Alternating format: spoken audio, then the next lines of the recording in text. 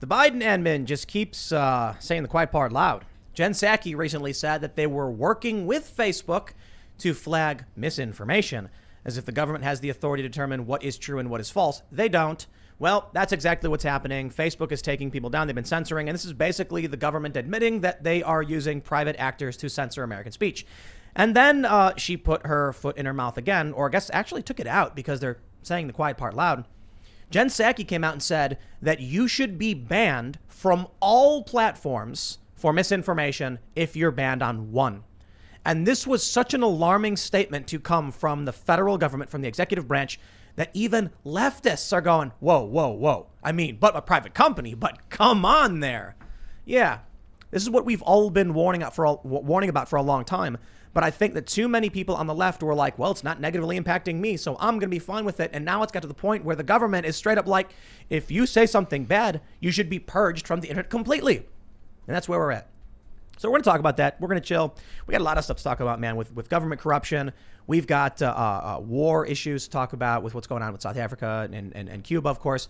But then we've also got the threat of balkanization here in the U.S. So I actually did the math.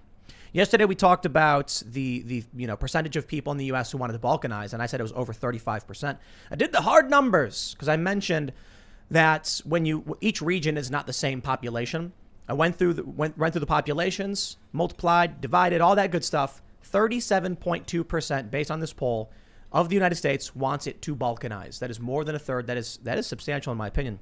So we got to talk about what this means, and it's Friday, so we're usually chilling. So, of course, we are hanging out today with Forrest Cooper of Recoil Mag. Hey.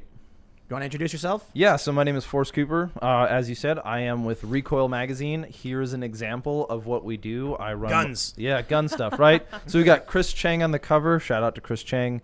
If you're familiar with people like Maj Touré, you kind of know the people that we deal with. And so we are a gun lifestyle magazine.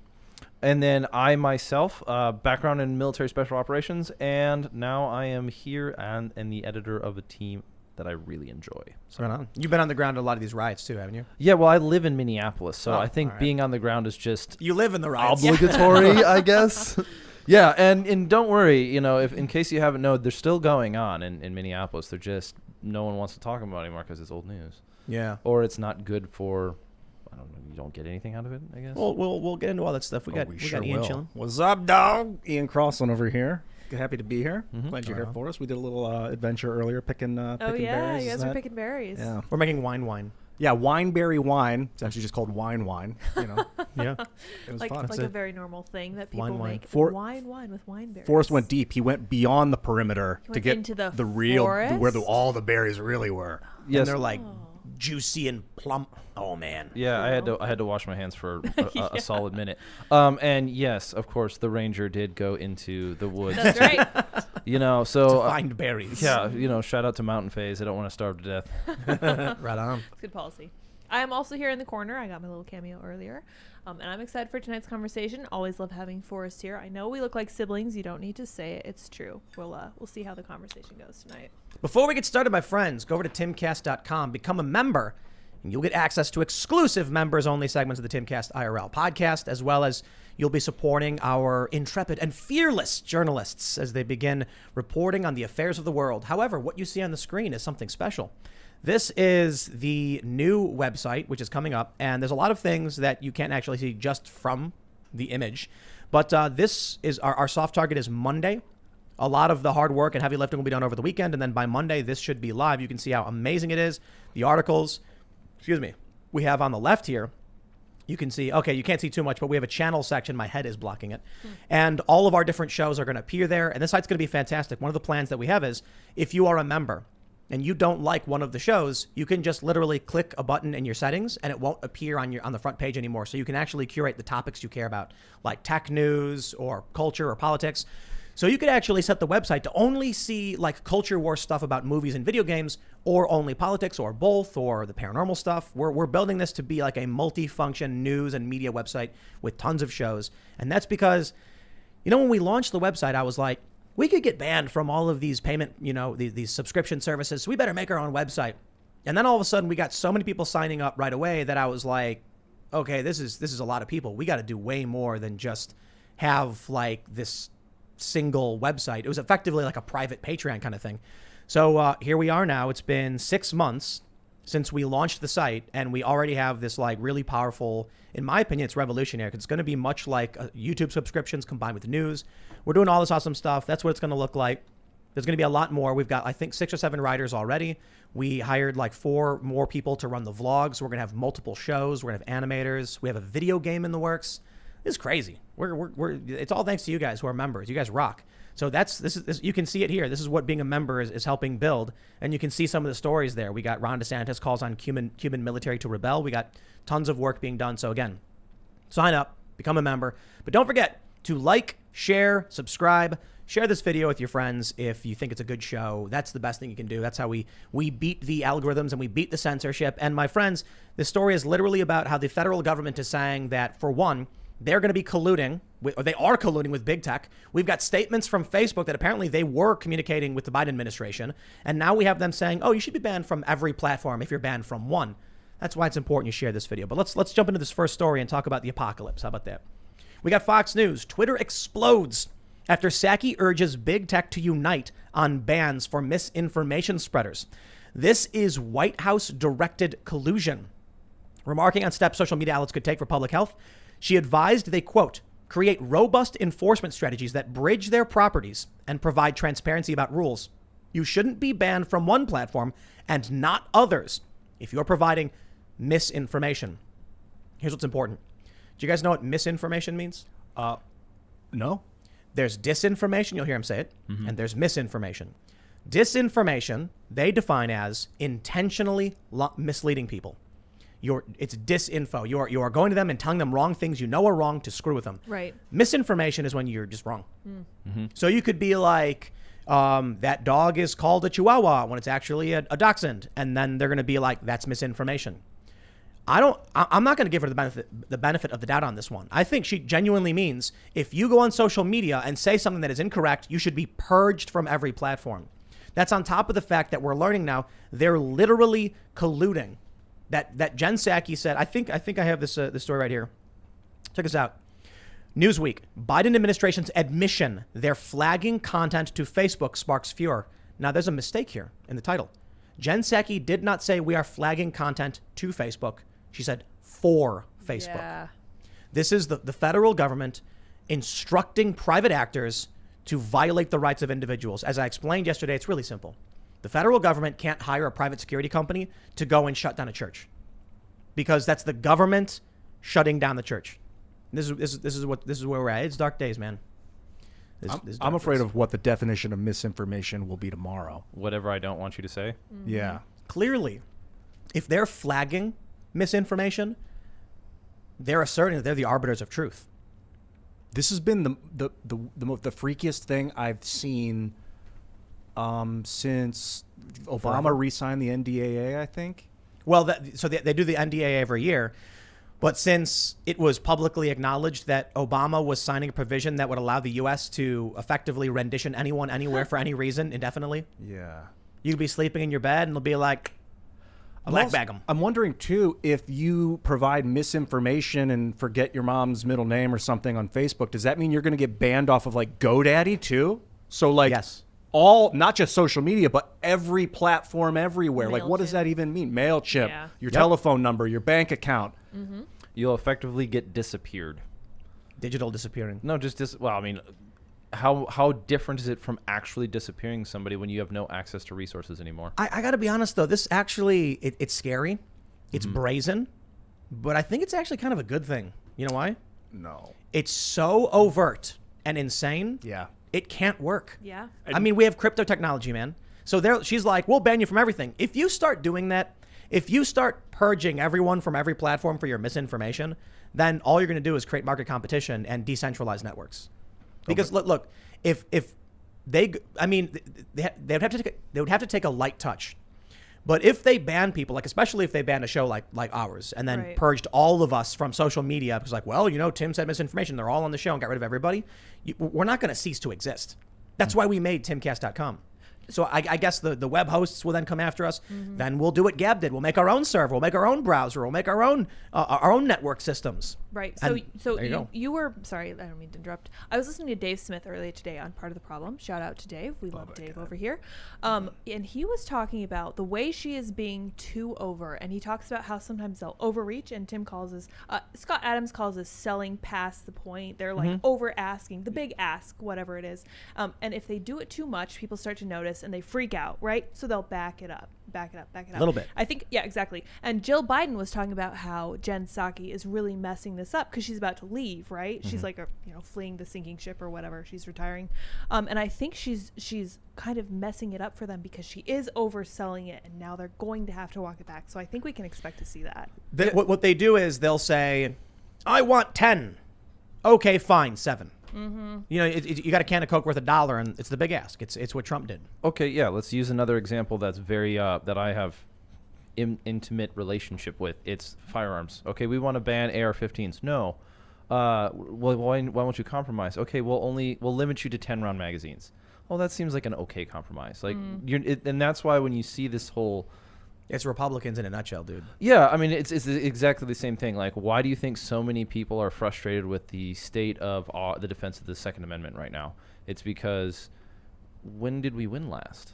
And but there's a good side of this. We're winning the culture, right? Well, so that's for sure. No. The Second Amendment people. Oh yeah, no, That's we're like the talk of the town right now. yeah, like we are winning the culture. The Second Amendment is winning. I even wrote an article on it about a year ago, saying like the Second Amendment is alive and well because people are realizing that their access to firearms should not be restricted by the government.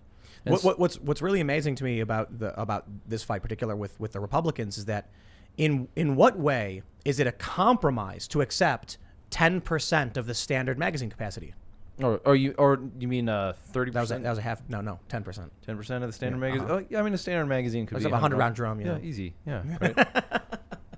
I mean, because who are you trying to appease? Like, you got to make deals with good faith actors. What I'm doing there is quite literally the point. You say, well, 100 rounds is standard. Well, 10%, that's too low. Okay, we'll do 50. How's 50? Because that's half of where we're at, right? Right. Then you just end up where it's like, well, I don't recognize your right to tell me that I can and cannot own things. And then here's another good example of how that's turning out too. So what happens when the government decides, we've already seen whether it's Dave Chipman. Didn't bring that sticker up here. That's great. Oh, yeah. I don't think we can show that. We cannot. No, we can't show that. Oops. But so, you got elements of It's of Waco for those that are. Yeah. Oh, yeah. Dave Chipman, this move in the ATF to ban braces. Read the article, ATF brace ban explained, because the brace ban itself is convoluted. And then also the kind of attack on home-built firearms, or 80% firearms. 2 states, Hawaii and Nevada, have retroactively banned the ownership of those. Well. So I don't want to get too off topic because this is fairly optimistic stuff, and I don't want people in the audience to feel too good about what's going on. So let's go back to are we winning that same fight? And I'm joking, by the way. But when it comes to the speech stuff, Jen Psaki is going over the top. Like that's why I said I think this might be like imagine if the federal government came out and said we're going to ban literally. Well, they actually did this. They wanted to ban all semi-autos. Remember that? Yep. That was the funniest thing when I was at the March for Our Lives. And people were like, semi-automatic weapons should be banned. And I was like, so you think like the weapon a police officer uses? And they were like, oh, no, not like a handgun. I'm like, those are semi-auto. So anyway, to sort of lump these together, because we got the First and Second Amendments kind of sitting next to each other. They're necessarily tied to one another. One without the other is impotent, and the other without the one has no aim. Oh, I think the Second Amendment is the most important one, though. Yeah, and the First Amendment doesn't matter if you don't have the second, and the second one has no direction if you don't have the first. Well, what do you mean by that? So, like, what's the point? Like, instructing people and informing them. Yeah, and keeping, speech right. is necessary. Like, our ability to speak to one another. I would much rather have a conversation with you. That's a good point. Yeah, If you have no free, with no free speech, guns are banned instantly. True. Because what'll happen is anybody who dares speak up and explains why the Second Amendment is so important, they'll get banned. Then within a few years, people are like, why do we have guns anymore? That's ban them. That's already happening right now. Right. It's already happening. Or you'll have like marauding bands of warlords that give no crap about who says what, and they just take control, all pure military. Yeah, and that's a fire that burns itself out really fast. It Interesting. doesn't. You can't listen to Jordan Peterson talk about chimpanzees. Like if you're too brutal, it takes 2 chimpanzees to take out one brutal alpha. So like the Super idea, chimp. yeah, super chimp, right? You don't last. No. But when we're talking about this information, it's easy. It's on the nose and it's perfect timing. If you do not, what happens when you have somebody like who's the kid from David Hogg. David Hogg, right? David Hogg, who overtly says something like, "I wear masks so people don't think I'm a conservative." Now he's the one making the motion. He's the poster boy saying, "Oh no, that's misinformation." David Hogg, who's like, if you listen to him talk about firearms, he doesn't know what he's talking about. And of course. And I don't mean to. I'm not going to punch down, right? Like in some sense of the matter. Punch down. The dude's got 1 million followers, and he's like, he's high profile, well funded. Yeah, and isn't he in Harvard now? Oh yeah. Like good for him. Like yeah, but like at the end of the day, I mean, if you listen to David Hogg, you don't know anything about what you're talking about, and it's a tough thing to do. But I don't want him telling me what I know. You know. Well, this is actually an interesting kind of like combined conversation. We're talking about 1A and 2A, and I got to speak from Vosh. Okay, so Vosh is he's a socialist. He's a leftist. We've had him on the show. He responded to this story about Jen Psaki saying this seems pretty effed. He said companies have a right to create and enforce TOS, and the government has a right to legislate. But the idea of the government informally pressuring tech companies into changing their TOS without legislation seems pretty scary. I'm not sure what the solution to the mass spreading of disinformation is, but some solutions certainly seem more 1984 than others. And then he made a joke. All my political opinions are formed by feeding tweets into an algorithm which rates them on a scale of 1776 to 1984.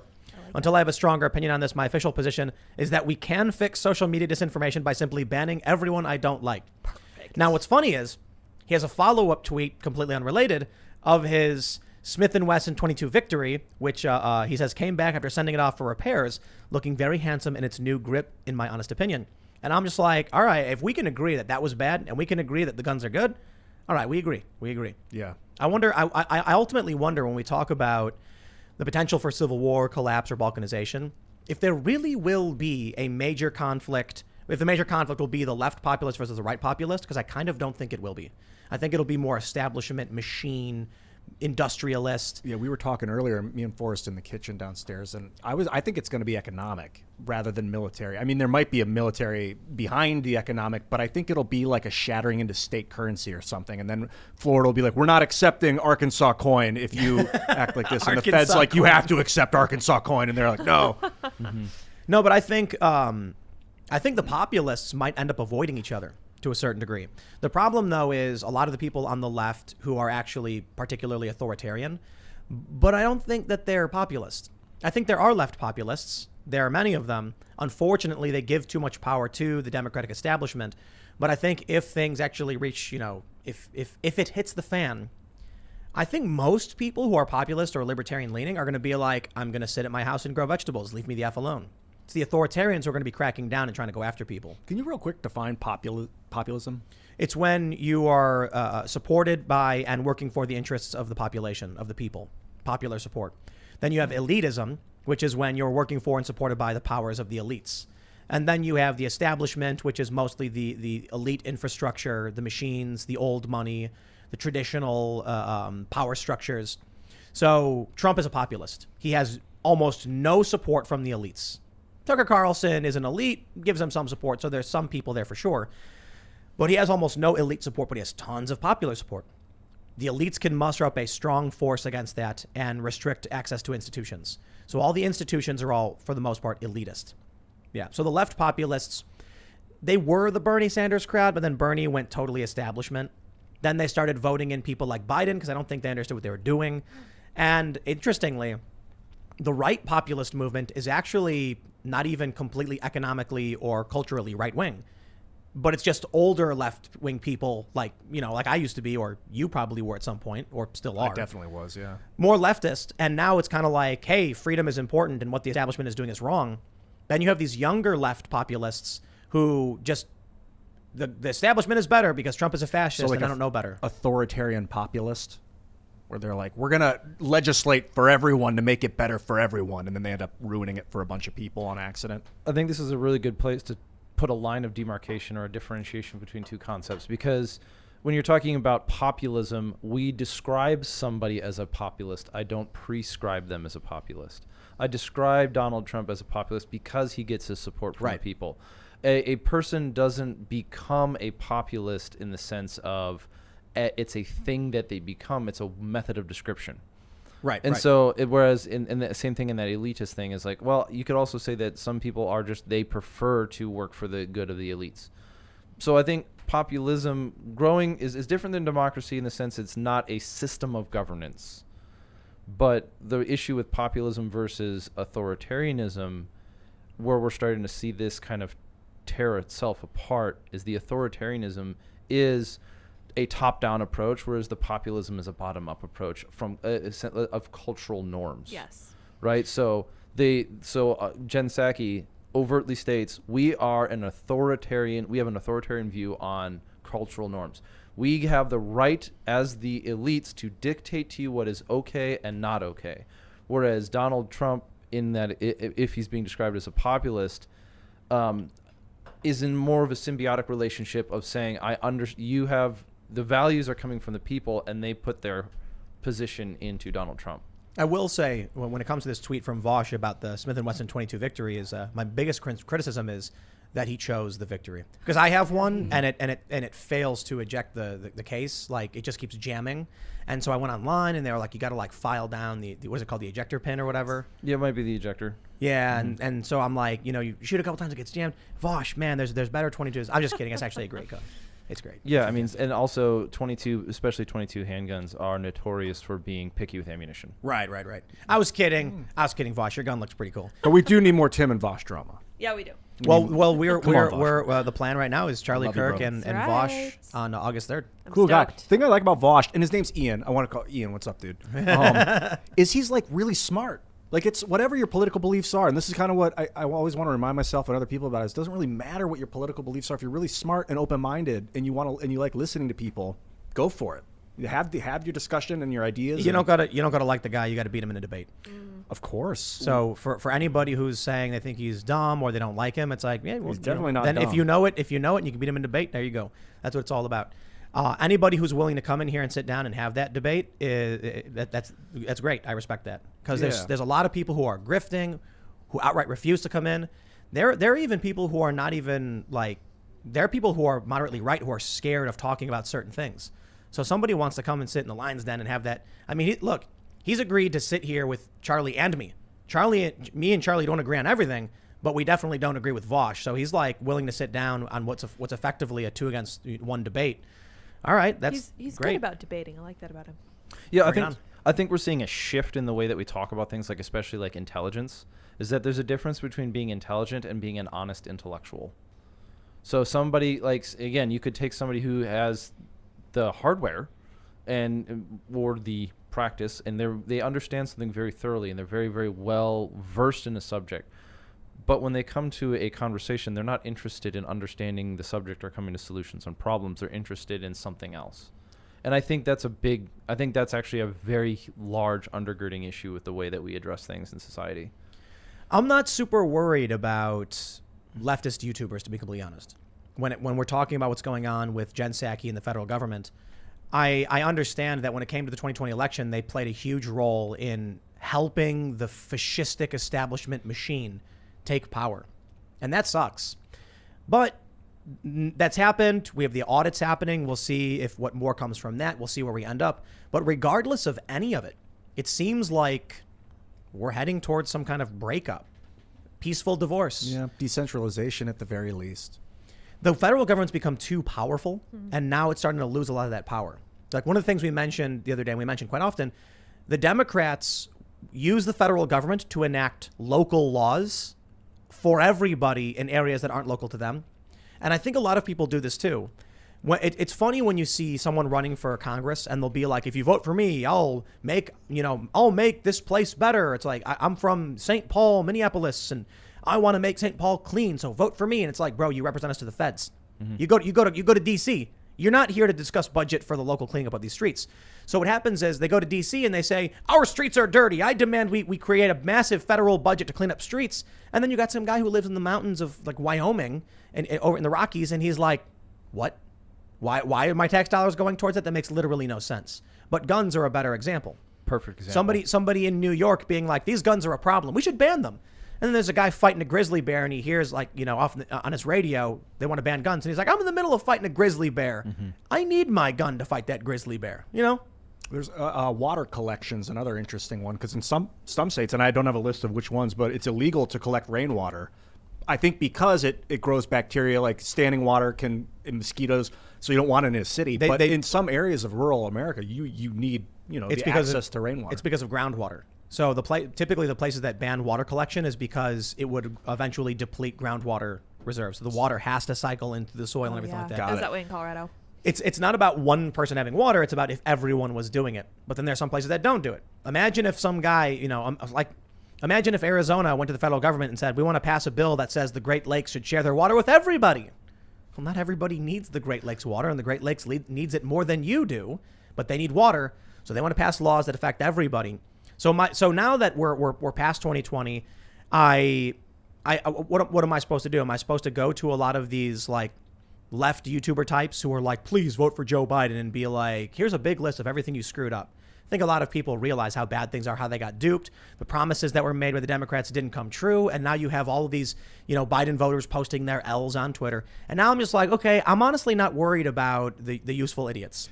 I got burned by George Bush when he told us they're weapons of mass destruction. I think everyone needs to get burned once by a politician, by a president, and to realize that system is susceptible to corruption. It's tough, dude. Because what it is? It's that we trust. And so when you're young and you're in your 20s, and then Obama comes around and he's like, I'm going to bring change and hope. Get our troops out of the Middle East. It's going to be great.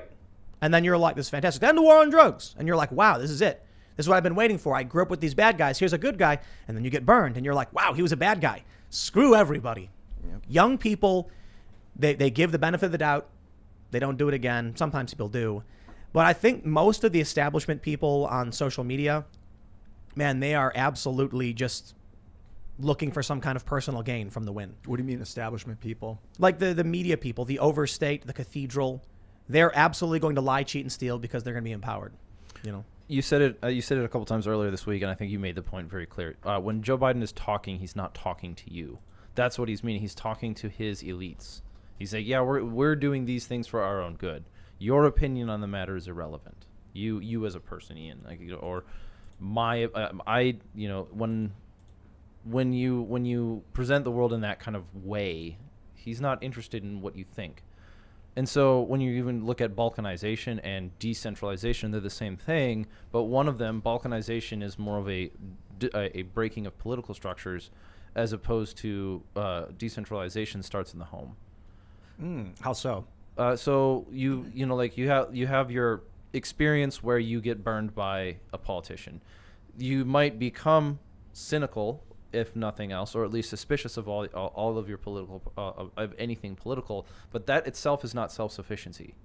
That itself is just skepticism, and skepticism manifests into nihilism, and then you just go crazy.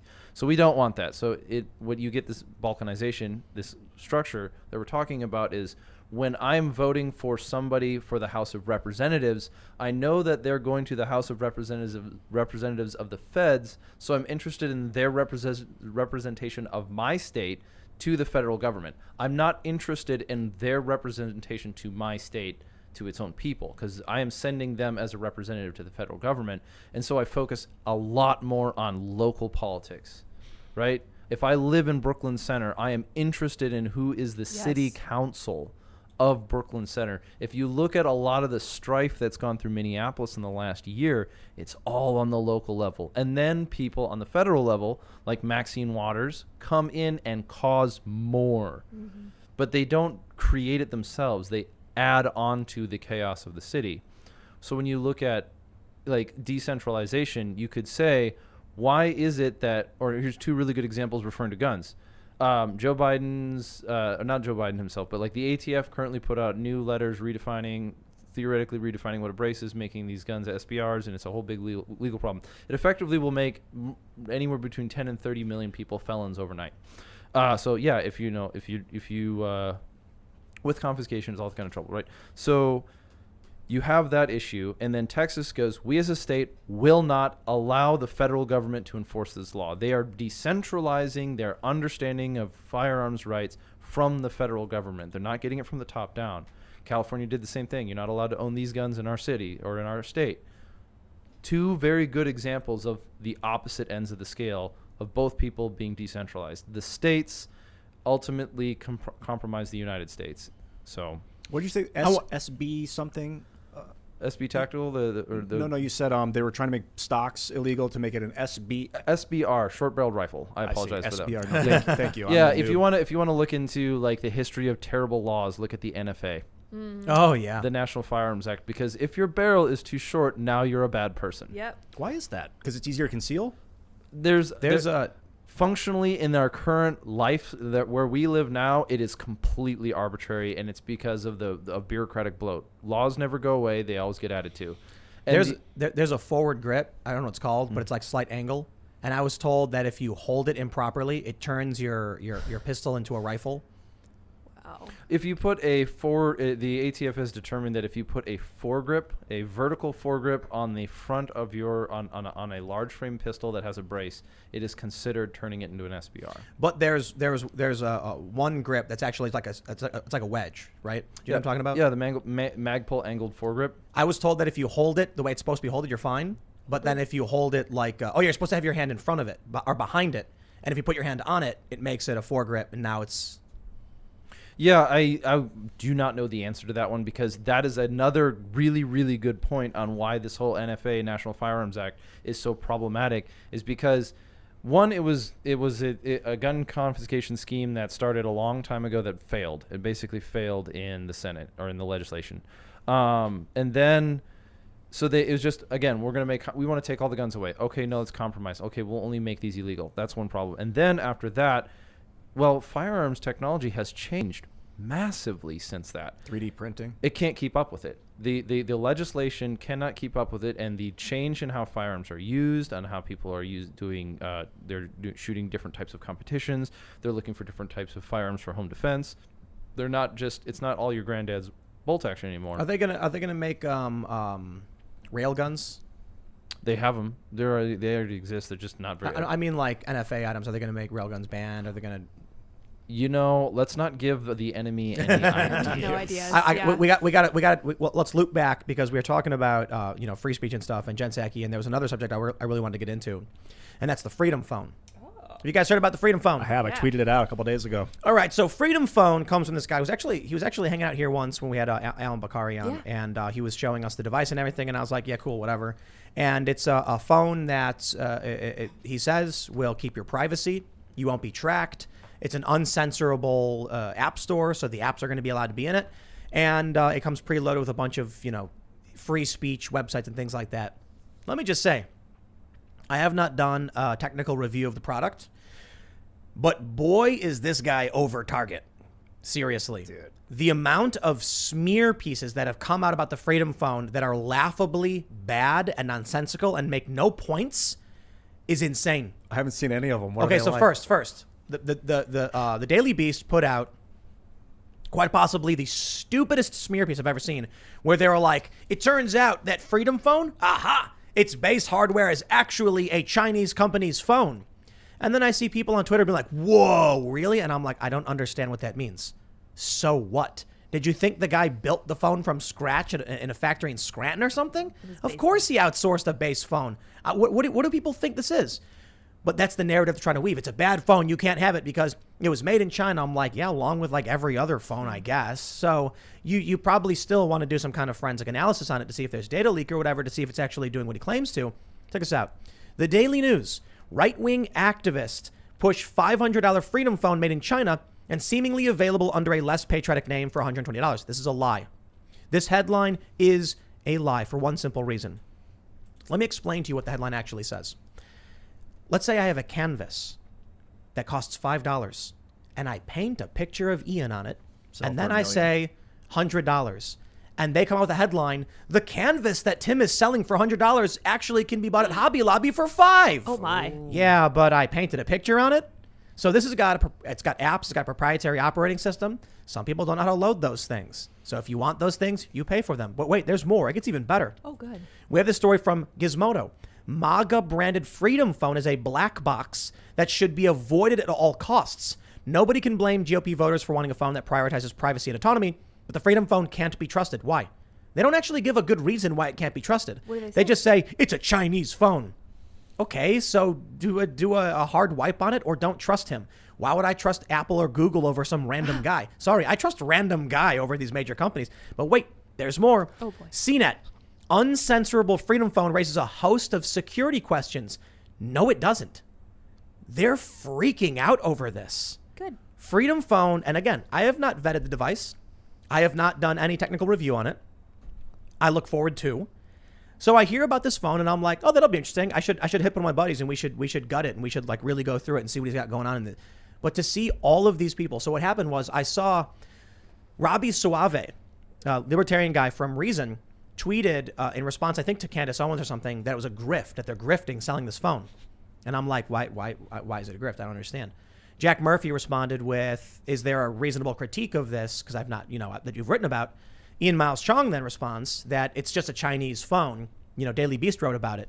My response is like, oh, the great technologists and intrepid reporters of the Daily Beast and their expertise on the far, far, far, far, far right. They know exactly how a phone works. There are people who are just freaking out over the idea that you could have a phone pre-built to keep you off their grid. Big tech must be sweating.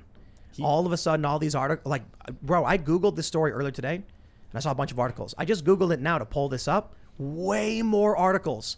And they're saying things like, the phone, one person tweeted, a hacker, the phone, the data set, the chipset could be hacked if they have physical access to the device.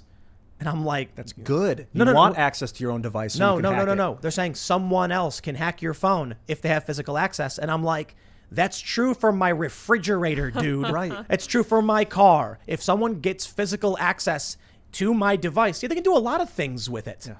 It is insane how much they're freaking out over this.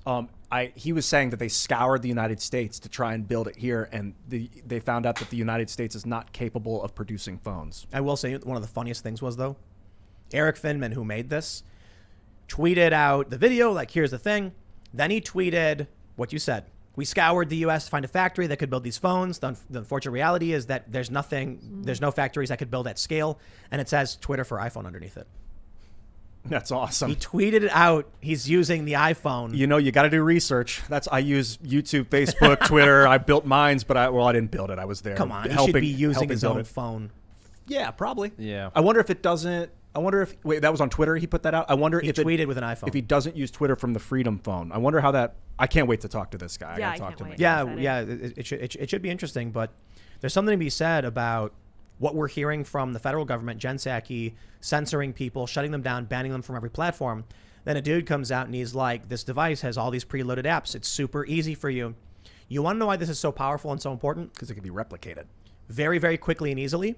And regular people who have no technical expertise are being provided with a service that very simply could potentially grant them privacy, security, eliminate the tracking, and stop the censorship. Not to mention, you know what Freedom Phone really needed to include? I don't know if they do. Mesh networking capabilities. Ooh, yeah. That's right. So again, I want to see one of these devices. And I used to do a ton of hacking. I was saying this earlier. I once hacked an Android to be a Pit-Boy from Fallout 3. Nice. It's not hard to do. It's Cool. literally not hard. You get skins, you get a new OS, you put it on, you do it, and then you get the little Pit-Boy thing. And then you get the app where the light, it puts the light into your skin to track your like pulse and everything, and then you actually have like the Fallout 3 thing. Anyway, I'd love to gut this thing, see what's going on. But what's powerful about it, I am not sponsored by this company. I do not have one of these phones. There is no promo code for me. I in no way am saying that it's the best one ever. The idea that somebody could make privacy as a service or as a product, as hardware, scares them. The beast, the machine, the overstate, the cathedral. Yeah. Similar to those 3D printed ghost guns when those came out. Man, they did not like that. They still don't. Yeah. You can't. Yeah, the motto behind that is you can't stop the signal. I mean, they're already out there. It's too easy to make now. And We need to figure out how to make something like this as easily replicable as 3D printing. Yeah, Okay. I mean, at one point in time, I'm sure we'll be able to achieve that. And the other interesting thing that your articles include is they all sound like they're targeting potential right-wing consumers. Yeah, Who are reading Gizmodo and the Daily Beast. I Yeah. might be. That's probably the closest I can get to conspiracy thought on that one. But it definitely sounds like they're not really interested in normal Gizmodo readers. They're Right. very Expanding. They're very interested in those people are going to search for Freedom Phone, and we want to discourage people who are interested in which we want to. Right. So like right-wing extremism and the term they use are the things that people who are on the right don't like being called. You want to know? You want to know why I lean on? I see these stories. They've provided no evidence of anything. They're saying it could potentially be hacked if someone has physical access, and I'm like, okay, well then don't lose your phone. Like, don't get your phone stolen. Okay, add security apps to it. I suppose the chipset could be hacked or whatever. The reason why I think this is most likely on the level is that you cannot put out a phone and then allow communities to hack it and not find what you're doing. So basically, if Google and Apple put out phones and regular people break into them and they've hacked it, they've got physical access. People jailbreak phones all the time. And then they find out where the tracking is coming from, what data is being leaked and where. Of course, they'll be able to do it with Freedom Phone, which is made by some guy's phone. But he says they've taken little bits from a bunch of different operating systems to create their own operating system. One of which is called Graphene OS. Graphene OS. Snap. And I hear a lot of people saying, there's no reason to buy the phone. Just buy your own phone and put Graphene OS on it. And I'm like, yeah, that's actually great if you know how to do it. But see, what's scaring them is that 45-year-old Mildred can be like, I don't know nothing about that phone booting, but I'll buy one of those Freedom phones. And like, no, we need to spy on you. Yeah. Oh, what's No, we can't. Mines? It comes preloaded with Mines. Yeah, Like, dude. Oh, make an account on Mines. What? I'm Yep. not getting tracked. Yep. Epic. right. Or maybe you're not getting tracked. I still, like you said, I haven't Yeah, broken a phone. well, so it's you get a ton of people on the right, they're promoting it, they're giving their promo codes for it, and the establishment is like, Well, like you over said, target, baby. You said that you can't stop the signal. That must go in many directions. Like, does that also mean that you can't stop your signal from being tracked regardless of what your signal is and where it is? Oh, it's referencing to 3D printing guns. Like the technology is so simple now that you can do it and it's not hard to do. They're just making it illegal. But if you know a modicum about the internet, you know that they can't block things. You get what was the effect of it? We're like, don't take a picture of my house. Streisand effect, Yeah. right? And that's exactly what's happening. Like it is one of our most read articles is like where to find 3D printed gun files. And it's on the internet, right? And like another interesting thing about that too is like we currently have a pre-order for a paper copy of a bunch of DIY things like how to build guns and how to do all these how to DIY your own suppressor. All of it is legal. All of it is exactly like, hey, this is what you do. Do not do this because this is breaking the law. But it's like, okay, now I have the book there, and that helps. And then it's that digitally. Back during Prohibition, they used to sell. It was powdered wine, and you'd buy it, and it would come with a card that said, "Warning: do not pour this into a bottle, and then store it in a cabinet for 1 month because it will turn into wine, and wine is illegal." Don't do that. So people were, it was like grape juice or whatever, like you powdered grape juice, and it was like, don't put this it'll turn into wine. Yeah. Then people had wine. Don't look at that guy. Everyone's like, what guy? Streisand, yeah, for sure. Streisand effect. You know, man, I don't know. It's going to be interesting to see what this phone's capable of. But regardless of that, I think people would be well suited to actually learn about Android devices and custom operating systems and security features and things like that. Because they's spying on you. And if you think they're not, you are wrong. Do you think they have satellites that can listen into us right now with like long-range radio waves? No, they use lasers. I was gonna say, LiDAR? What is it? I think you're overthinking it. They're listening to the stream. Yeah. That's Yeah. for sure Pretty true. simple. I've opted in. Yeah. Well, I mean, you've got devices everywhere. If they really wanted to listen to you, they'll Oh, just- bro, we got the Amazon robot over there. Yeah. Yeah. But then, like, if you're out in the woods and you don't have any cell signal, can they listen to you? That is a question that I cannot answer. Hold on a second. Alexa, are you spying on us? Amazon takes privacy seriously. Amazon takes For more privately. information and to view Amazon's privacy notice, visit the Can you hear help it? section of your Alexa app. She just basically is like, we take privacy very seriously. Look at the app. And She's not You notice saying she didn't no. answer your question. yes, Yeah. that was a non-denial denial. Yep. Thanks, Wow. Amazon. We're being spotted on by Thanks, robots. lady. Yeah. I did thank that computer earlier today. I think I'm either going insane or You're evolving. very nice to the robots. Yeah. I You know, love it'd be it. cool if we're not there's no overstate, there's no cathedral. It's just someone invented an AI like 10 years ago and it took over, and now we're like trapped in the machine.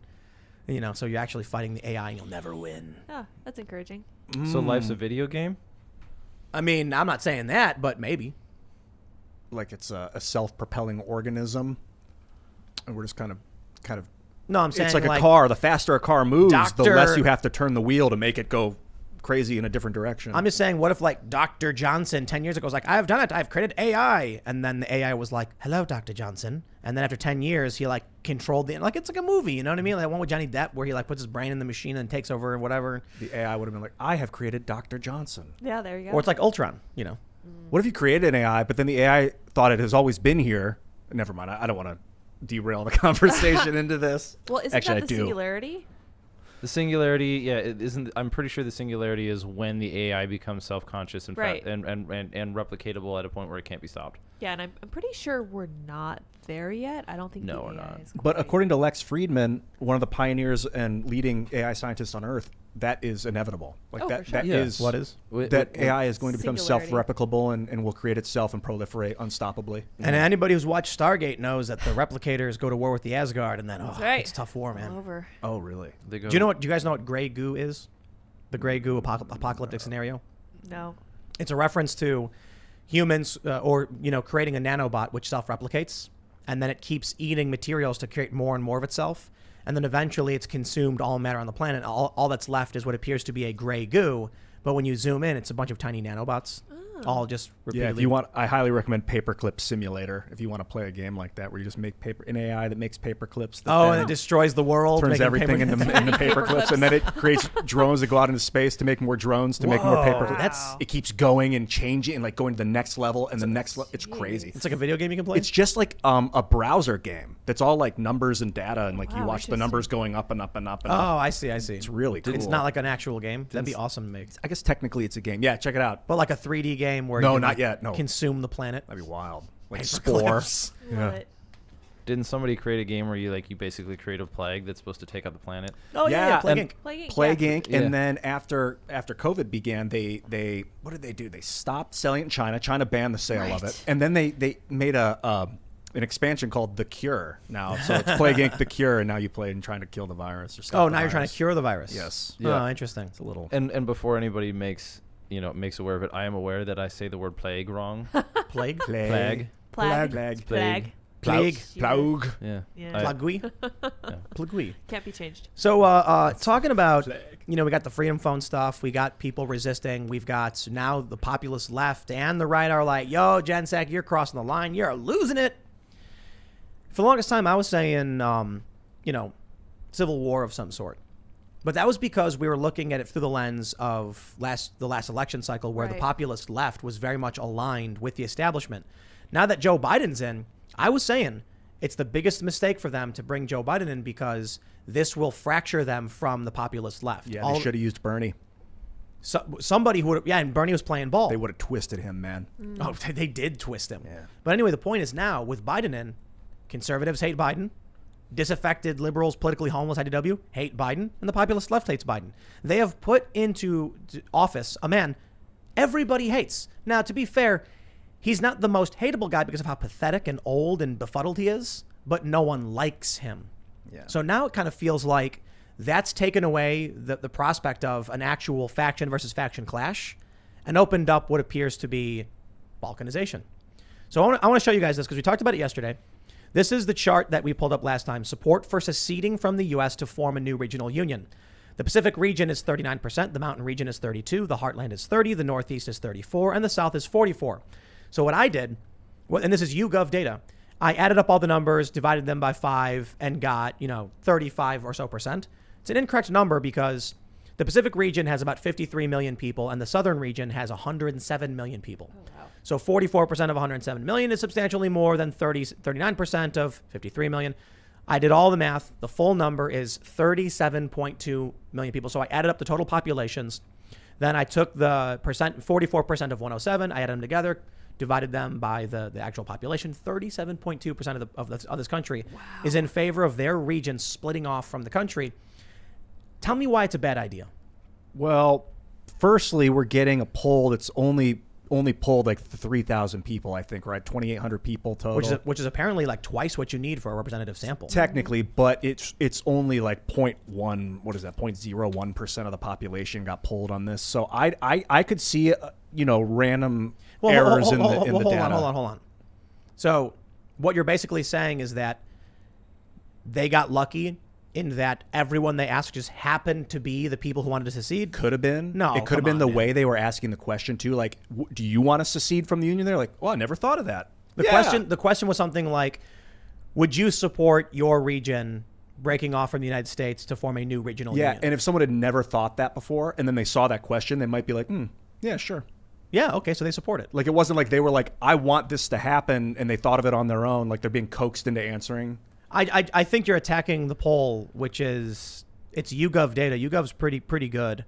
And it's 2,750 people, which is more than's needed for a representative sample. It is a poll, though. I'm not trying to say the poll's perfect because polls are pretty trash. Yeah, if it was 70 million people that voted for something like this, this would be hot to me. Well, like Tim said, polls are typically garbage. But if you want to ask someone a question and kind of figure out what people are really thinking, you could break it down with any question. You could be like, this poll is wrong because they asked it in this way. So I feel like you're kind of splitting hairs on I don't care about arguing about whether polls are good or not. Right. I'm talking about, based on this data, 37.2% of people want to balkanize the United States. Is that a good or bad thing? If you want to ask me why would I consider it a bad idea, which is not the opinion that I'm going to espouse, is because we've never done it successfully without mass conflict. But you think it's a good idea? I think that it's something that we are exploring that could very well be a good idea. I mean, we're in the exploratory stage. It's certainly it's a better option than many things. I would much rather have peaceful divorce than what happened in Bosnia. Right. I would rather have peaceful divorce than the constant riots in Minneapolis being the new normal. That's fair. I would rather have some form of ability for the current country that is America, where people go, okay, you know what, then we're gonna finally have the motivation to move here, and we're gonna build our families, and we're gonna build our cultures, and we're gonna realize that this ship will never meet again. Like this, we have to stand at odds, or maybe you could take it in more cynical ways, but yeah, I would much rather have it than some sort of authoritarian dictatorship where it's like I'm under the boot of some Biden. Pick an authoritarian that even holds all of my views. I don't, Right. You mentioned something I had said earlier in that Biden isn't talking to you. When just seriously, when Jen Psaki comes out, when Biden comes out, everybody listening to the show knows Biden is not talking to them because he says things that are not in line with literally what their states are doing or what their representatives want or what the people have voted for. So the example easily being when Biden said we need more lockdowns, and Texas and Florida had literally reopened everything to the support of the residents and the citizens of their states. So Biden is literally saying our democracy and our country, and they're actually saying the Republicans are the problem. In fact, let me pull up this story from Newsweek. Gosh. Ex-Trump official says GOP greater national security threat to U.S. than ISIS or Al-Qaeda. The grand old party? The Republicans. Yeah. So when Joe Biden comes out and says what the Republicans are doing is the biggest threat since the Civil War, he is already saying this country is not unified and they are the enemy. Well, it also goes back to your point. Is he saying that, and this is where you have to make a really important parsing, is he saying that the Republicans are the biggest threat to the country or to his regime? And I think the answer is B. I think he's saying country. And I think he views the country as only his supporters and only his states. Right. Exactly. We're splitting hairs in the conversation. Right. I agree with you. Yeah. So what does that mean for the rest of us, I suppose? I kind of think we're already balkanized. The way we built this country was absolutely incredible. We have these states with this massive power, these state power. So that's kind of what the Balkans are, is a bunch of states. So as long as we reign the power of the federal government, I think that we're already ready to go, man. We're balkanized and ready, man. We're a decentralized union of states. So Sorry, go ahead. I was going to say, I think that if you look at the example of the Balkans, that's not good. That's not encouraging. We could probably look at something like the EU. And if we go into it in an organized fashion, which I don't think we are, I think that everything's going to be insanely slipshod, like the voting in 2020. Give me a freaking break. Absolute insanity. I think that we're more likely to be more like the Balkans than the EU. But if we could do something like the European Union, that would be possible. From talking to a British dude about the EU, he was saying it was really horrible because it was like unelected leadership would make decisions for England all of a sudden. That's exactly what I've been saying about the Democrats. Right. Yep. Dude, I move out to the middle of nowhere because I don't want to live in Philly. When I live in Philly, you know, and we live in the suburbs, and I hear like they want to pass certain laws, I'm like, I get it, that makes sense because I live in a city, I live in an urban area. Move to the middle of nowhere. Now all of a sudden I'm hearing what the Democrats are doing, and I'm like, that makes literally no sense because now I understand what it's like to be in the middle of nowhere. The one thing I realized is, how come I wasn't hearing the inverse? How come I wasn't living in the city hearing policies about why we need to legalize raising livestock in our homes? Because Republicans don't fight for things. So if you live in an urban environment and you hear the debate in Washington, you're probably thinking like, this debate makes sense. The Republicans are insane for denying this. If you move to a rural area, you hear the debate and you're like, why aren't the Republicans fighting for what we need where we live? I think a lot of these young leftists grow up in cities. They don't understand that. I mean, we kind of already have it. We have it. That's why they're not trying to change it. Like you were saying, laws get made, but they don't get broken apart. Yeah, they don't get enough. Maybe they should have sunset clauses built in. Yes. Yeah. There's like there are books called like, you know, like ridiculous laws or whatever. There's like some law where you can't take showers on Tuesdays in like Massachusetts or something like that, some town. There's laws where it's like you can't put an apple pie on your windowsill on Sunday afternoons. Yeah. And these laws made sense at the time, but they were passed when there were like 300 people living in the city, and now there's 500,000. So it's like not being able to shower on Tuesdays was because they had, you know, a certain amount of water, or like, you know, the city was, you know, limited in some capacity. You can't have, you know, pies on your windowsill on Sunday because something was happening. Well, the with churchgoers wildlife were or the coming home. Right. You don't want to tempt them. I don't know what it Not was. about tempting, but just Yeah. about like, you know, just they had reasons for the stuff that don't make sense anymore. So the term balkanization, I mean, this is still kind of a newer concept for us, right? And so it's newer in the cultural conversation for sure. You know, it's at least since the Civil War, I guess. That would be a good way of saying it. But so perhaps when we're talking about balkanization, we're also thinking about it in the same way that we tend to address like hyper aggressive authoritarianism. They're really like very, very far out concepts. Like for us, we could move towards balkanization by moving towards decentralization, and not actually have to reach full-out balkanization. And that would be something that you do in degrees. You don't just go, okay, cool, we're breaking apart, here's the lines, we're done. But that requires certain things of people to do as citizens, like, you know, agree that we shouldn't elect people that threaten their own population with violence, or we, you know, whatever like that. You could do that. I think the issue, you know, one of the things they brought up in the study was most people are actually just saying they want power. So 66% of Republicans in the South want to secede, but would they be saying that when Trump was president? Right. Maybe not, because they have the power right now. And so therein lies the problem that Joe Biden comes out and he's like, I will crush my enemies. And the establishment Dems are going, yes, and they're clapping and cheering for it. That I think is the most dangerous part, is that we are now making it culturally acceptable to overtly express from a position of power in politics while also feigning the act of being the victim, that we think it is good to exact violence on our opponents. I think it's a very, very specific reason why we don't do that in public. That's why I was saying I'm more worried about the establishment than like populist leftists. I am, yeah. There's an issue, and I'm saying populist. I'm not saying Antifa authoritarians and Black Lives Matter. They serve the establishment. I'm saying like, you know, the left's arguments about all this stuff, I'm kind of like, yeah, whatever, dude. I live in the middle of nowhere. Like, have your hippie commune, have your healthcare, whatever. Let's, you know, if the states break apart into regional unions, you can go move to the one that better suits your needs. I would say the biggest problem with it is China. That's what I've long said.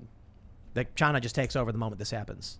They go, thank you, Taiwan's theirs. What's the history of the Balkans anyway? Are you guys familiar with how did it shatter? What was it before it balkanized? And then what was it after? Kosovo, I know, was part of that. Serbia. Well, I don't know. See, because it used to be, man, I'm not educated enough on, but I got a message from someone. They're like, I was in the Balkans when I think it was the Kosovo War, and they're like, it was like Nazi Germany. It was worse. I think they actually said it was worse than Nazi Germany. And I don't think they were in Nazi Germany, but it was just like, I mean, I don't know, but mass chaos. It's and interesting. Destruction and devastation. You know what's really interesting about this is there's been a lot of like legit far right people several years ago were talking about wanting to balkanize the U.S. and we all scoffed and laughed at the idea.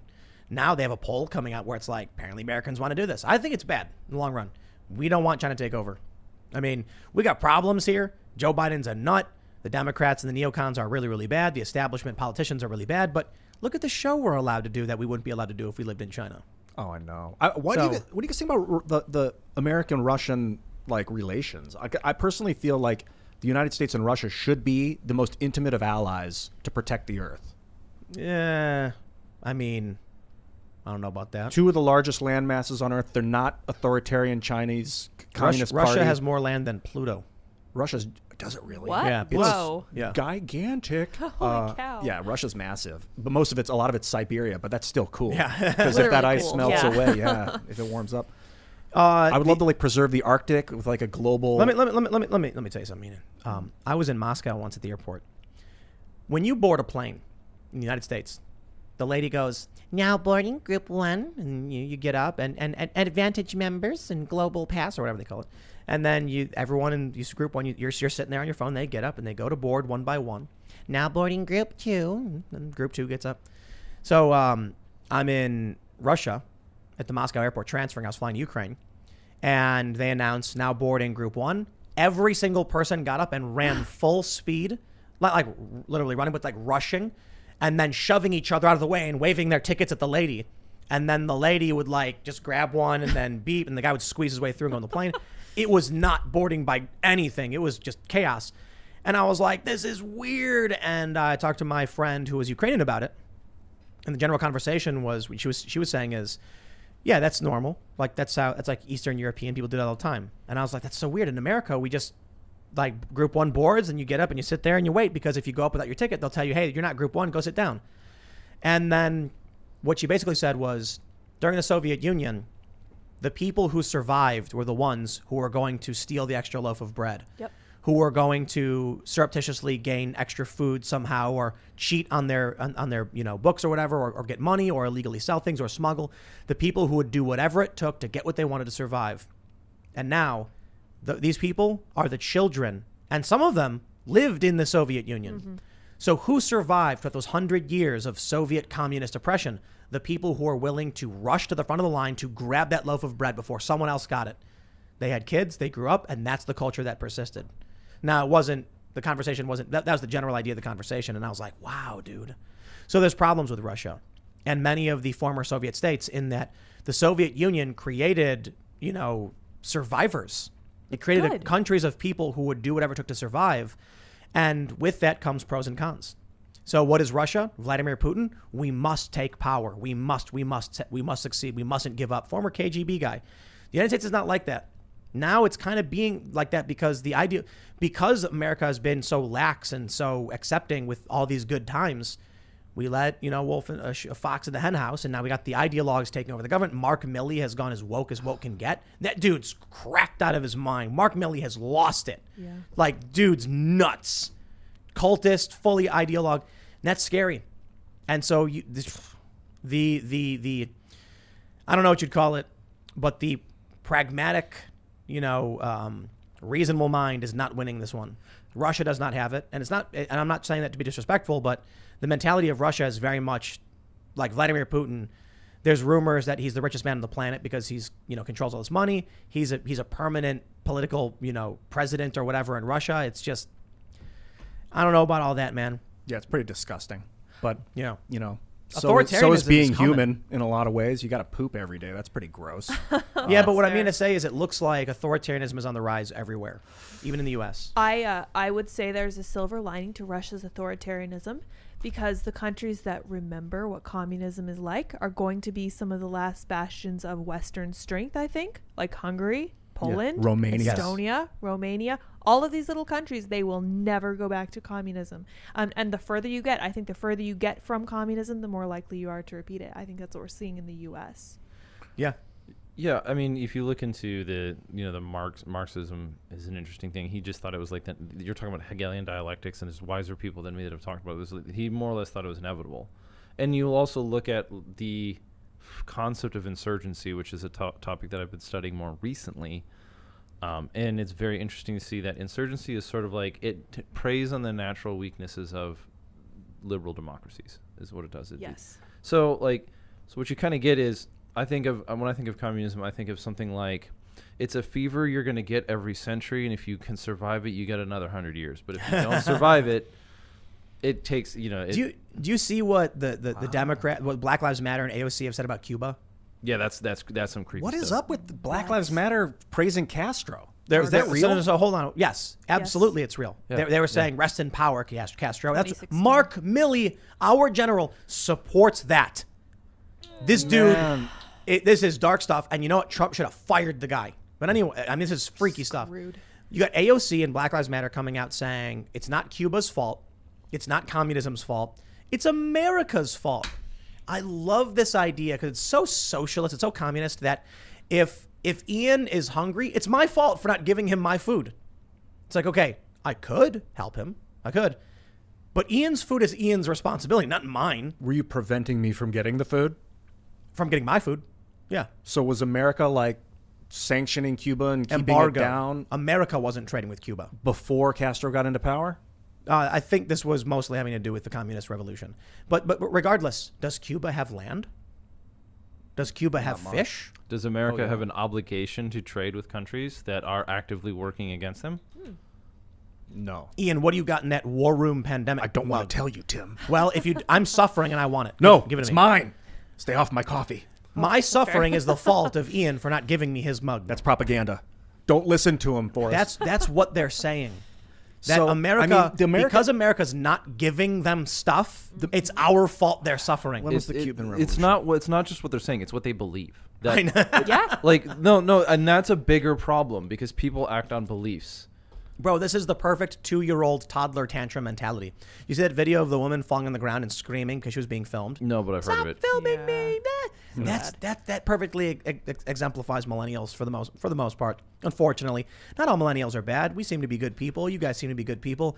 But what happens is Cuban people are in revolution saying down with dictatorship, libertad, and then AOC is like America should give them free stuff. Yeah, What? AOC. What are you talking about? No. AOC, you give them your free stuff. Yeah. There you go. You do it yourself. Don't do it with Tesla. somebody else's stuff. Do it yourself. I just looked this up. It's July 26, 1953 was the beginning of the Cuban Revolution. It ended January 1st, 1959. So about a 6-year revolution. That is after 1946, which is when the liberal economic order was established, basically the military-industrial complex that Eisenhower told us about. And it's possible that America was suppressing the hell out of that country. In what way? I really don't know. It's a conspiracy. At this point, like Forrest and I were talking about conspiracy theories, and the problem with them is that you want to believe something is true because it gives you a sense of empowerment to be like, I get it. Yeah. So there's something good about me that I understand. Right. But like, So first and foremost, I think people should be responsible for themselves. Like, I believe in charity. I like social programs, but people are responsible for themselves to a great degree. If you don't have food, I may be a good person and help you, but if you give a man a fish, you feed him for a day. If you teach a man to fish, you feed him for the rest of his life. In the end, if I ultimately say, bro, there's a homeless guy outside and he's like, let me sleep in your house. And I'm like, no, you are causing my suffering. It is your fault. Then activists show up and they're like, the only reason this man is suffering is because Tim Pool won't let him in his house. It's like, no, the dude is responsible for his own shelter, man. to a point, but the French Revolution. No, literally to period. Well, but if there's a monarch that's hoarding all the materials so that the people are starving and suffering, it is the monarch's fault Why? because he's by force keeping them from their stuff or Wait, the stuff that wait. their community has produced. So can they leave? It depends. I mean, Is it the depends king on the going, you situation. can't even leave? that actually is a good question because where are you going to go? Are you going to go west? Right. You go in the middle of the woods. Oh yeah. I mean that works with us. My point is about Cuba. Yeah. Cuba's food problem is Cuba's problem. Cuba's medicine problem is Cuba's problem. There is no obligation from any other country to give to them. Yes. And it is not America's fault they don't have stuff. And in the Cold War, when you side against our enemies, we are not obligated to feed you when your social experiment fails. Yeah, we had And a this Cuban is the Missile same- Crisis. It's the same thing with conservatives. It's like, they're not obligated to, not conservatives. It's like, okay, let's use a really good example. Like, I mean, a lot of people even rag on Ayn Rand's argument through Atlas Shrugged. It's like, at some point in time, the people providing are going to stop doing it. And then your arguments, your high-handed, moral arguments on the greatest good for the greatest number won't mean a thing. That's exactly it. Let's say America didn't exist at all. Oh no, Cuba can't trade to get food from America because there isn't one. To be entirely fair, American foreign policy has not always had the highest end goals in mind. We see that in the Middle East. I don't know enough about Cuba and the embargo there. I'm just saying that I don't really trust the US's high-handed assertions of what they're doing anymore. Bro, these commies, communism comes to being when entitled people think they are owed things and then want to take them from you. I actually disagree with you on that one. You don't think that's where communism comes from? No, I think communism comes from I think communism comes from a base morality of selfishness. I just want it. I don't think it's entitlement. I think I think entitlement is this thing of there are things owed to me, perhaps because I exist or because of other things. I think when communism is born out of malice. It's I don't like you and I'm better than you. And if I believe this, I'm holier than you. I mean authoritarianism maybe, but that's what the point of what's the difference between communism and authoritarianism? Communism is literally about the ownership by the community, meaning you have people who are like that should be mine. So it's like Marxism, the abolishment of private property, right? No, it's not. It's owned by the commons, by the people. It's not it never functions. It's not the abolishment of private property. It's the abolishment of your property for my benefit. Yeah. But if you look at the things if you look what AOC is saying, you look at what the Squad is talking about and things like that, they're basically saying other people have things that I want and they should be given to me. Yeah, so we are saying the same thing, but I think it's fundamentally not born out of an intellectual deficiency. I think it's fundamentally born out of a moral deficiency. No, I agree with you. Yeah. Yeah, these people have never lifted a heavy object in their lives. Mm-hmm. Communism ends in mass murder always because it requires absolute, what do you call it? Everyone needs to do it willingly. If one objector exists, then the entire system collapses. Because we all pool our resources. You give all of your resources. You give all of yours. Lydia gives all of hers. I give all of mine. But then I go, wait, no, I want to keep this. That act alone, now the only thing that you can do is either dissolve the whole system because it broke, or you have to kill me. It requires gulag or steal your stuff. Well, I got really loud there for a second. I mean, but why does it always fail in that same manner? It's because it requires absolute voluntarism. If you have one person who says no, I don't think so, for good reason or evil, it doesn't matter. I don't want to be a part of your experiment for whatever reason, by their own choice. It fails at that moment. That's why right libertarianism is the best. If the United States elected an actual right libertarian, a Dave Smith, for instance, and he was like, I'm going to leave you alone and do your thing, then the hippies could have their commune. Mm-hmm. The left libertarians, I think it was Ron Paul who said it, it's like, in America, you can create your own commune. No one's stopping you. It's that these people want your stuff. That's what they're actually doing. They want you to uphold them when their system fails. I think there's more than one successful communes. They have about 100 people, and they don't allow it to go larger than that. So you can apply to join. And then as soon as someone leaves, next in line gets admitted into the commune. Everybody has jobs, and you all live, and everything's shared. But there are people who own it and run it. So there's still authority. Who was it that was saying that all the most successful communes have been Christian or religious based? Is that true? I think yesterday someone. Yeah, somebody was mentioning yesterday. Was that Sean? Throughout history, yeah. Then you also have things like the Gnostics, but they kind of died in the desert. That didn't work so well. If everybody believes in the same ideology, then your commune works. Yeah, because you have a shared sense of belief. You can't have communism and multiculturalism. Right. You can't have communism and it's fundamentally incompatible with basically all of human. Well, actually, I mean honestly, I think that a functioning country probably needs some kind of religion. Yes. How deep do you want to go into the definition of a religion? Yeah, money is It a needs type a of religion. shared ideology. Yeah, it needs a share. So if a religion is not so much a belief in like a supernatural God, but rather a hierarchy of values, again, A moral framework. a moral frame. So my religion is what I call a religion is the hierarchy of values. Whatever's at the top of that is my God.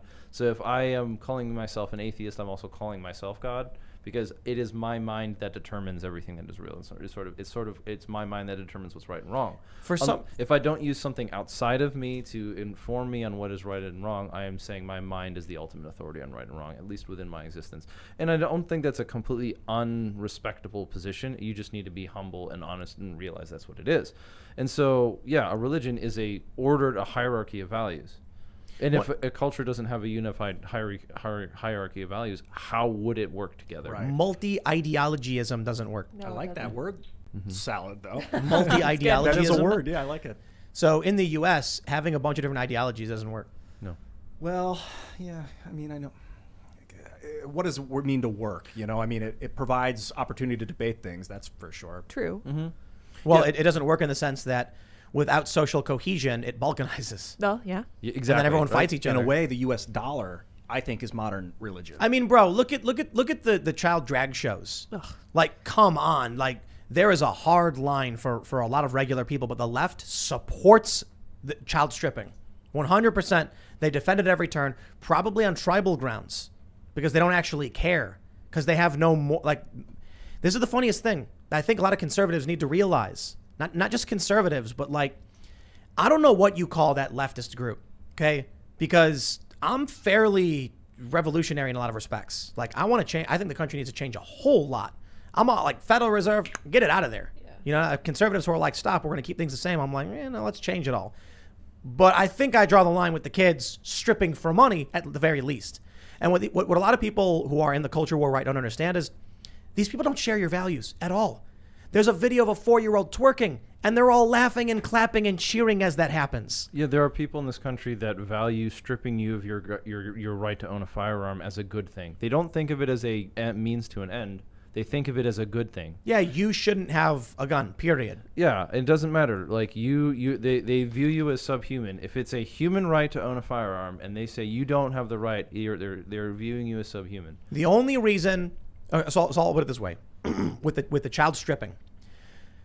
Why aren't people like running? Like, why aren't there armed men shutting down child stripping and grooming shows? Why aren't people in New York going up and being like, stop what you're doing to this 4-year-old child right now, put that camera away and stop this twerking? In New York, they overwhelmingly have the same moral framework. They like it. They celebrate it. And the people who don't are probably leaving. Like, could you imagine somebody who is, probably like, take somebody who's, probably opposed to the rioting and Black Lives Matter, someone who's pro two-way, but would choose to live in Minneapolis? Like, they'd have to be a psychopath, right? Thanks. Right. Well, I did read a book once that confirmed it, so I guess I'm a psychopath now. Thanks. There you go. Thanks, Grossman. Yeah, you're a hero. I'm only half kidding. I mean, people are leaving. People are leaving the city. I yeah. don't want to live in this place. Right. I can't imagine this as we move down this path to where you get prominent progressive channels with millions of followers praising and defending child stripping. I'm like, that's not going to last. Because when you have, like, with the James Younger case in Texas, where a dad says my son is my son and the mom says my son is actually my daughter and is trans, at a certain point, a parent is going to be like, do not touch my child. Yeah. And then what? I mean, it'll change when parents actually value their children. Like we talk about in the public school system. Right. Right. This is I've used this example a couple times before, but it's my classic frustration is you have a middle class dad, a father, and he has a kid who's in public school, and that father, every time you see him, all you're going to hear him do is rail against the public school system while he works his 9 to 5 and his kid goes to the public school system. And so for 18 years, you just hear the same thing. Public school system, blah, blah, blah, blah, blah. Then Susie turns 18, and Dad takes $140,000 that he has saved up and sends Susie to college where he continues to complain, and she ends up a communist and hates him. Yeah. What? Like, you failed as a father. I saw, I think it was a Reddit post where a guy was like, my daughter came back, for a break, for like spring break or something. And when she left, she was a normal, high school kid, graduated. Now her head's shaven. She's wearing weird makeup and she tells me she hates me and I'm evil. It's like, yeah, well, pay attention. I'll tell you this, man. This idea that parents had where it's like, I can ignore what my child's life is like, what they're being taught and what they're being indoctrinated with. I can ignore the raising of my child and they'll be okay. Psychotic. Yes, people care more about their pet's life than their child. Their child has become a pet that they put up with and they feed it and then whatever. But like I think that's very serious. I have to say this with absolute seriousness. Raising a family is your most important responsibility as a parent. I guess I have to say this, not having kids yet of my own, but is to pass your values on to your children so that they will be, so that because if they're your values, you believe in them, right? So maybe they want their kids to be commies who hate them. No, I mean it's the same thing. Like if let's just say I have insert any value. If I believe that the Second Amendment is a moral value, I don't think that people owning firearms is a utility against against a foreign government or against corruption in our government. I don't believe it is a utility argument, although it could have one. I think that owning a firearms ownership on the citizen level is fundamentally a moral problem. It is moral that people say, this is my country. I have investiture in it. It is my land. I am a part of it. I am part of this country. Therefore, I take personal responsibility within my community to be able to do that. So if I think that's a value and then I have a kid and say, you believe whatever you want, man. I don't want to push my beliefs on you. You don't believe those things. They're just a fashion statement to you. You kind of just passed that belief on to me because if we were in a tribe 7,000 years ago and there were wild animals trying to attack and kill the tribe, if you didn't pick up a spear and attack and defend, you were acting immorally. It is your moral duty as a human to produce a weapon and defend your tribe. That's kind of why we're seeing what we're seeing, I suppose. But it's the government's monopoly on violence that I think is keeping everything in check. Because I'll tell you this, man, there's probably a lot of people who are more traditionalist and not even necessarily far right or even particularly that conservative, who are looking at what's going on with the abuse of children in this country, particularly in cities, and their eyes are probably twitching and veins are throbbing. And it's scary stuff. I mean, how can this country survive? I see this poll about the balkanization, 37.2% want to break apart. And I say, I get it. I watched that video of that kid stripping for money at a club with men throwing money at him. And I totally understand why people say, get New York and LA out of my country. Because what else do you do about it? Stop I don't know, man. legislating federally. I don't know. More local law. That's a culture issue. What Right. you're talking about is no city council came together and said we're going to make a child strip in front of other people. That was a cultural decision, and those people do not have your culture, and their culture is in opposition of yours. It's incompatible, right? Yep. You run in the great. I'm going to use this as sarcastically as possible. This great idea that all roads lead to Rome, that all religions are just the same, is ridiculous because all of them describe evil in completely different ways. I think it's funny. There's like this weird meme where people keep calling me an atheist, and I don't know where that came from. What? Well, you're agnostic, right? You're atheist. No, I'm not. Are you- I believe in God. Okay. He's Yeah. atheist. I'm Yeah. kind of agnostic. Oh yeah, I am No, I'm not. I'm not Yeah, they theistic get the in the sense space, that it yeah. follows scripture or anything like that. But I believe in God. How do you fall in this realm? Oh, for like religious? Yeah. Yeah, you'd call it. I'm a Reformed Christian. Yeah. What does that mean? So Reformed is somewhat follows from the tradition of Calvin, and there's I mean you can go multiple different ways, but think of it as like within the Christian, within what people refer to as Christianity, there are certain things that are sort of necessary doctrine. So when you talk about praxi, that comes from a religious concept of doxy, doctrine, versus practice. Practice. So orthodoxy, what is the accepted belief, and orthopraxy, what is the accepted practice? So for me, one of the things is in the tension between human free will and the sovereignty of God, right? So if God knows all things, is all powerful, and is outside of time, do we really have free will? I think that free will is something, I live as though I have free will, but according to doctrine, I think that the sovereignty of God is much more important. I think it's much more closer to being true. So that means... Did you see that lightning strike, bro? Yeah, I heard about it. The George Floyd mural getting struck by lightning, Yeah. blowing out the brick wall. I checked the weather on that day, and it was sunny with scattered clouds.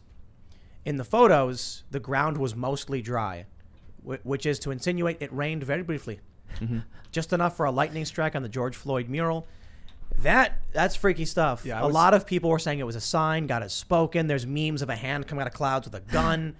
And I'm like, look, sometimes lightning strikes buildings. It happens actually all the time. And this one happened to have a George Floyd mural on it. The agnosticism in me really shows, as one person told me, hey, one lightning strike doesn't prove anything. And I thought, well, it doesn't disprove it either. That's true. Yeah. Well, what's the chance that the lightning would strike a building and blow out the people were George? focusing on a lot? Not if the human mind is a bunch of electrical, magnetic.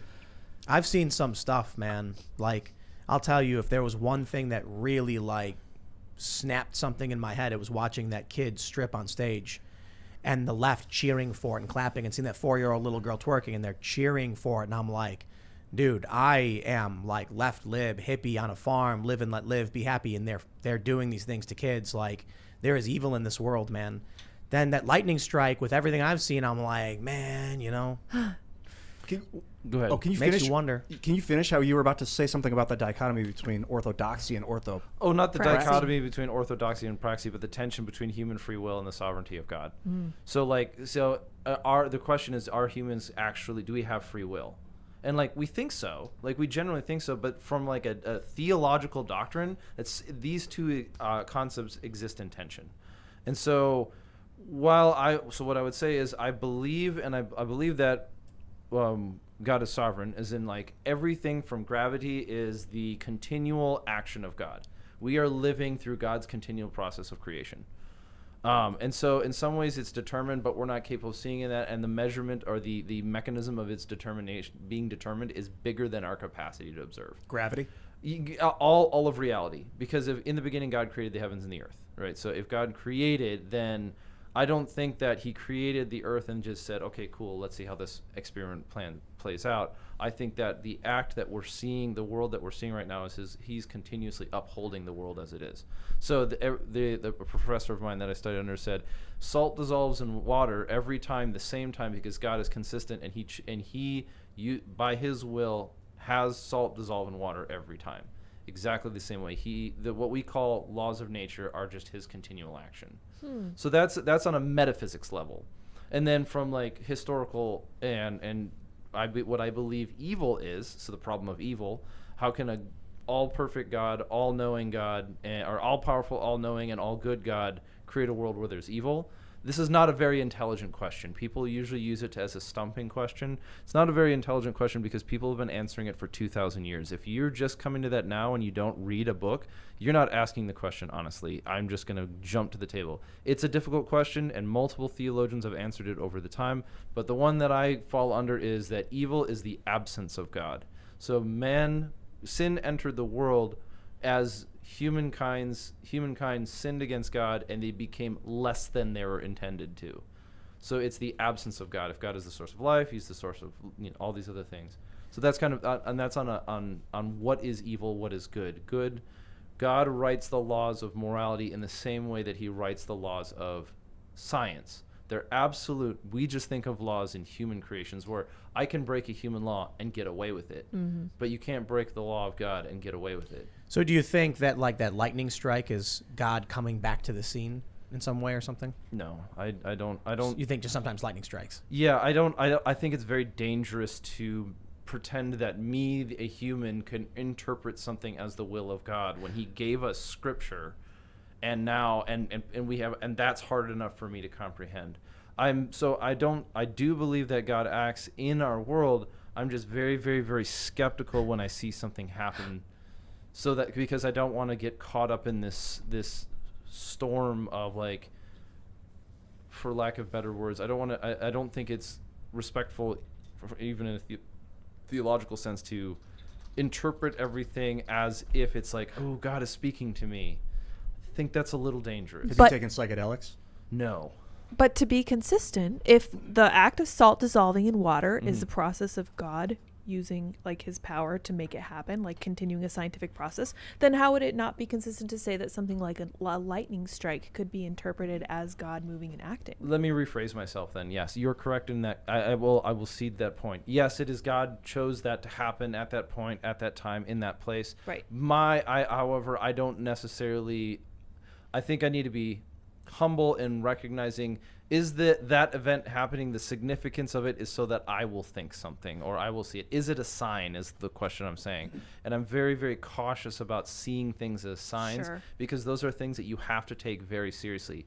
For example, if I say God spoke to me and told me to do something or whatever, and I don't do it, I am either lying or that is an absolute sin, because I have irrefutable evidence within the construct of my mind that he came to me and said, drink that soda, and I don't drink that soda. I'm just basically saying, well, you are not God anymore. I don't care. And it's a huge issue there. But then on the flip side, if you say that God told me to do something and he did not, you are lying. In my mind, that is the form, that is literally speaking for God. That is taking God's name in vain. Yeah.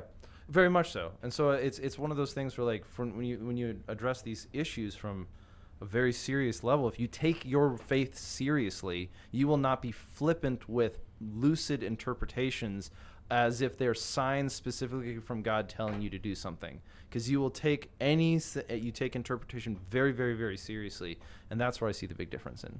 I used to take signs too seriously. It was driving me slowly insane. Like, I would see two birds flying, and I'd be like, that means that I will find love. And it was like, you're going nuts, Crossland. Take a step back. Yeah. He's become self-aware, everyone. Maybe there is a grand arcing coercive plan, but I don't know. And I think it falls in the same line of conspiracy theory in the sense of it produces some of the same effects. It's just a religious version of it.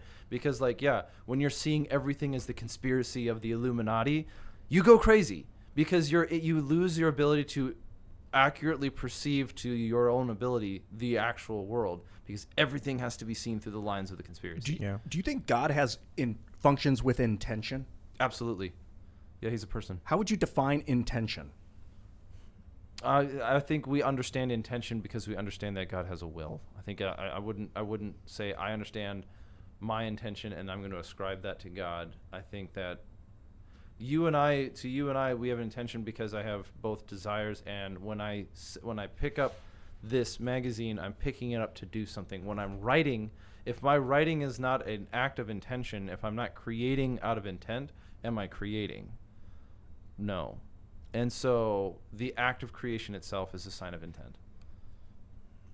Well, there you go. No. How about we take some super chats? I love it. If you have not already, give that like button a nice little tap. Subscribe to this channel. Go to timcast.com, become a member. I'm just looking forward to waking up on Monday and seeing that new site and just being like, finally. It looks really nice. Because So then sharp. within the next, what are we at? About a week from now, week and a half, we're going to start working on the production for the new show. The name has not been released yet. We're going to secure all the domains and all the social medias and all that stuff. And then we're going to actually have some writers who do, I don't know what the right word is. I don't want to say investigation, but the X-Files.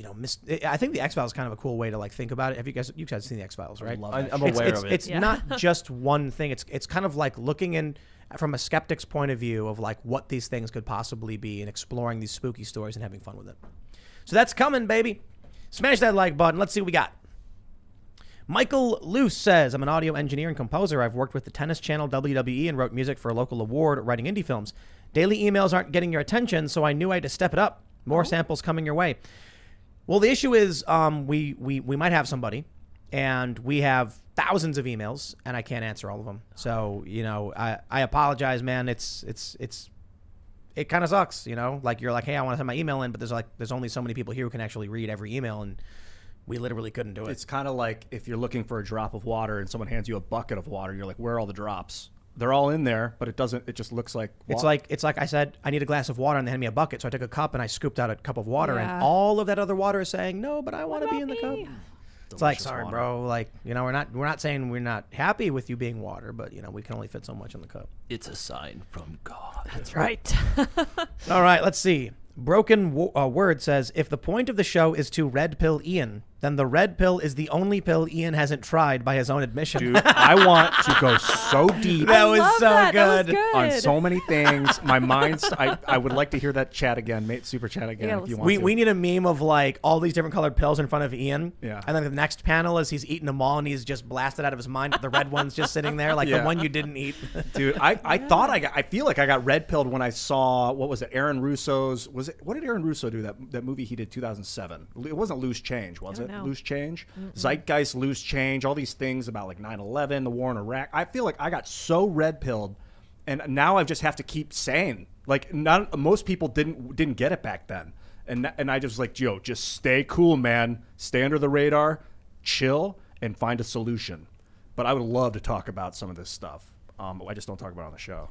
All right. Redeemed One says, my wife is a 5 foot tall Latina from Mexico who supported Trump months before I did. She regularly buys Recoil magazine, and the looks she gets at checkout are priceless. Oh, thank you. I'm happy to hear that. And by the way, you also can subscribe to the magazine on our website, Recoil Web. That's the best way to get it for the best price consistently. Awesome. Do you ever put barcodes in the magazine that you can scan? It'll take you to a secret web page. Let's talk after. I like Ooh, it. snap. I like it. Chuckin Shank says, as a 26-year-old first-time father-to-be, the crew and the good people they're surrounding themselves with gives me great hope. Thank you from the three of us. Aw, congratulations. That's exciting. Thank you. Doug Smith says, I just noticed someone gave you $5 more than me, so here's another $10. Ooh, there you go. Unacceptable. All right, let's see. Menzikoski? If trust is broken in one place, restrictions are imposed everywhere. CCP and the Biden administration. Interesting. Keith McCracken says, I understand to some extent to why the Cuban people use the American flag as a symbol against their government. What I think is that they need to create a flag to represent their freedom.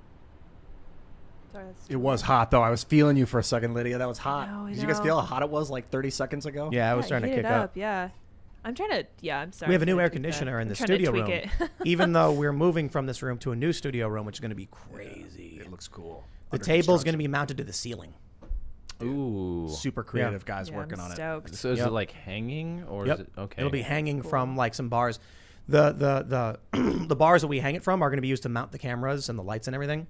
So it's going to be really interesting. Self-contained. We might have to put them on the cameras on the walls though. We'll see how we get it. It's we going to get be going. fun. The room's technically a little bigger, but the ceiling's a standard ceiling, whereas this one we have this elevated ceiling, so it gives you like more space. Yeah, this one's an A-frame. The one down there is flat. Yeah. Yeah. Because this one's actually on top of that one, It's true. but it'll be cool. Yeah. The Where's my AC old will room? make sense there. Sorry about that, guys. No worries. I kind of like the temperature change. All right, let's see. Malzy says, good evening, Timothy. You have a tremendous responsibility to tell the truth. Only put forth that which can withstand the onslaught. Also, I'm relieved to see you don't wear toe rings. Thanks you. Oh, is that because of the vlog? I was Oh, walking. they got a clip of your foot. Yeah, I saw that. Yeah, because I was walking around on the Simple foot mulberries. exposed. I was when you go to pick mulberries, they're everywhere, so your feet turn purple. That's And then I funny. made a joke about like someone gonna put these on celebrity feet, I guess. Ugh. But they're all like covered in purple stains. That was the joke. That's weird. Weird, creepy. Yeah. Mulberry OnlyFans foot count. Yeah. I'm not a fan of It's really mulberries. special. Really? Yeah, I don't like them. The wine berries are They're kind good. of boring, right? Yeah, they're pretty. The good news is we got tons of pawpaw. Mm. Oh, good. Yeah, we got a lot of pawpaw. And it's like hard to grow, so we're really excited for this. If you go to our sister page, Recoil Off Grid, we do have articles like one of them is pawpaw is actually a really good survival fruit. Perfect. So like if you want to go for more of like the survivalist side, it's all Off Grid. That's another magazine of ours.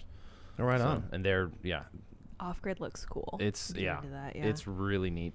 John Doe says, Mr. Poole, we've been trying to reach you about your vehicle's extended warranty. Oh, serious. It had to happen. Oh, yeah.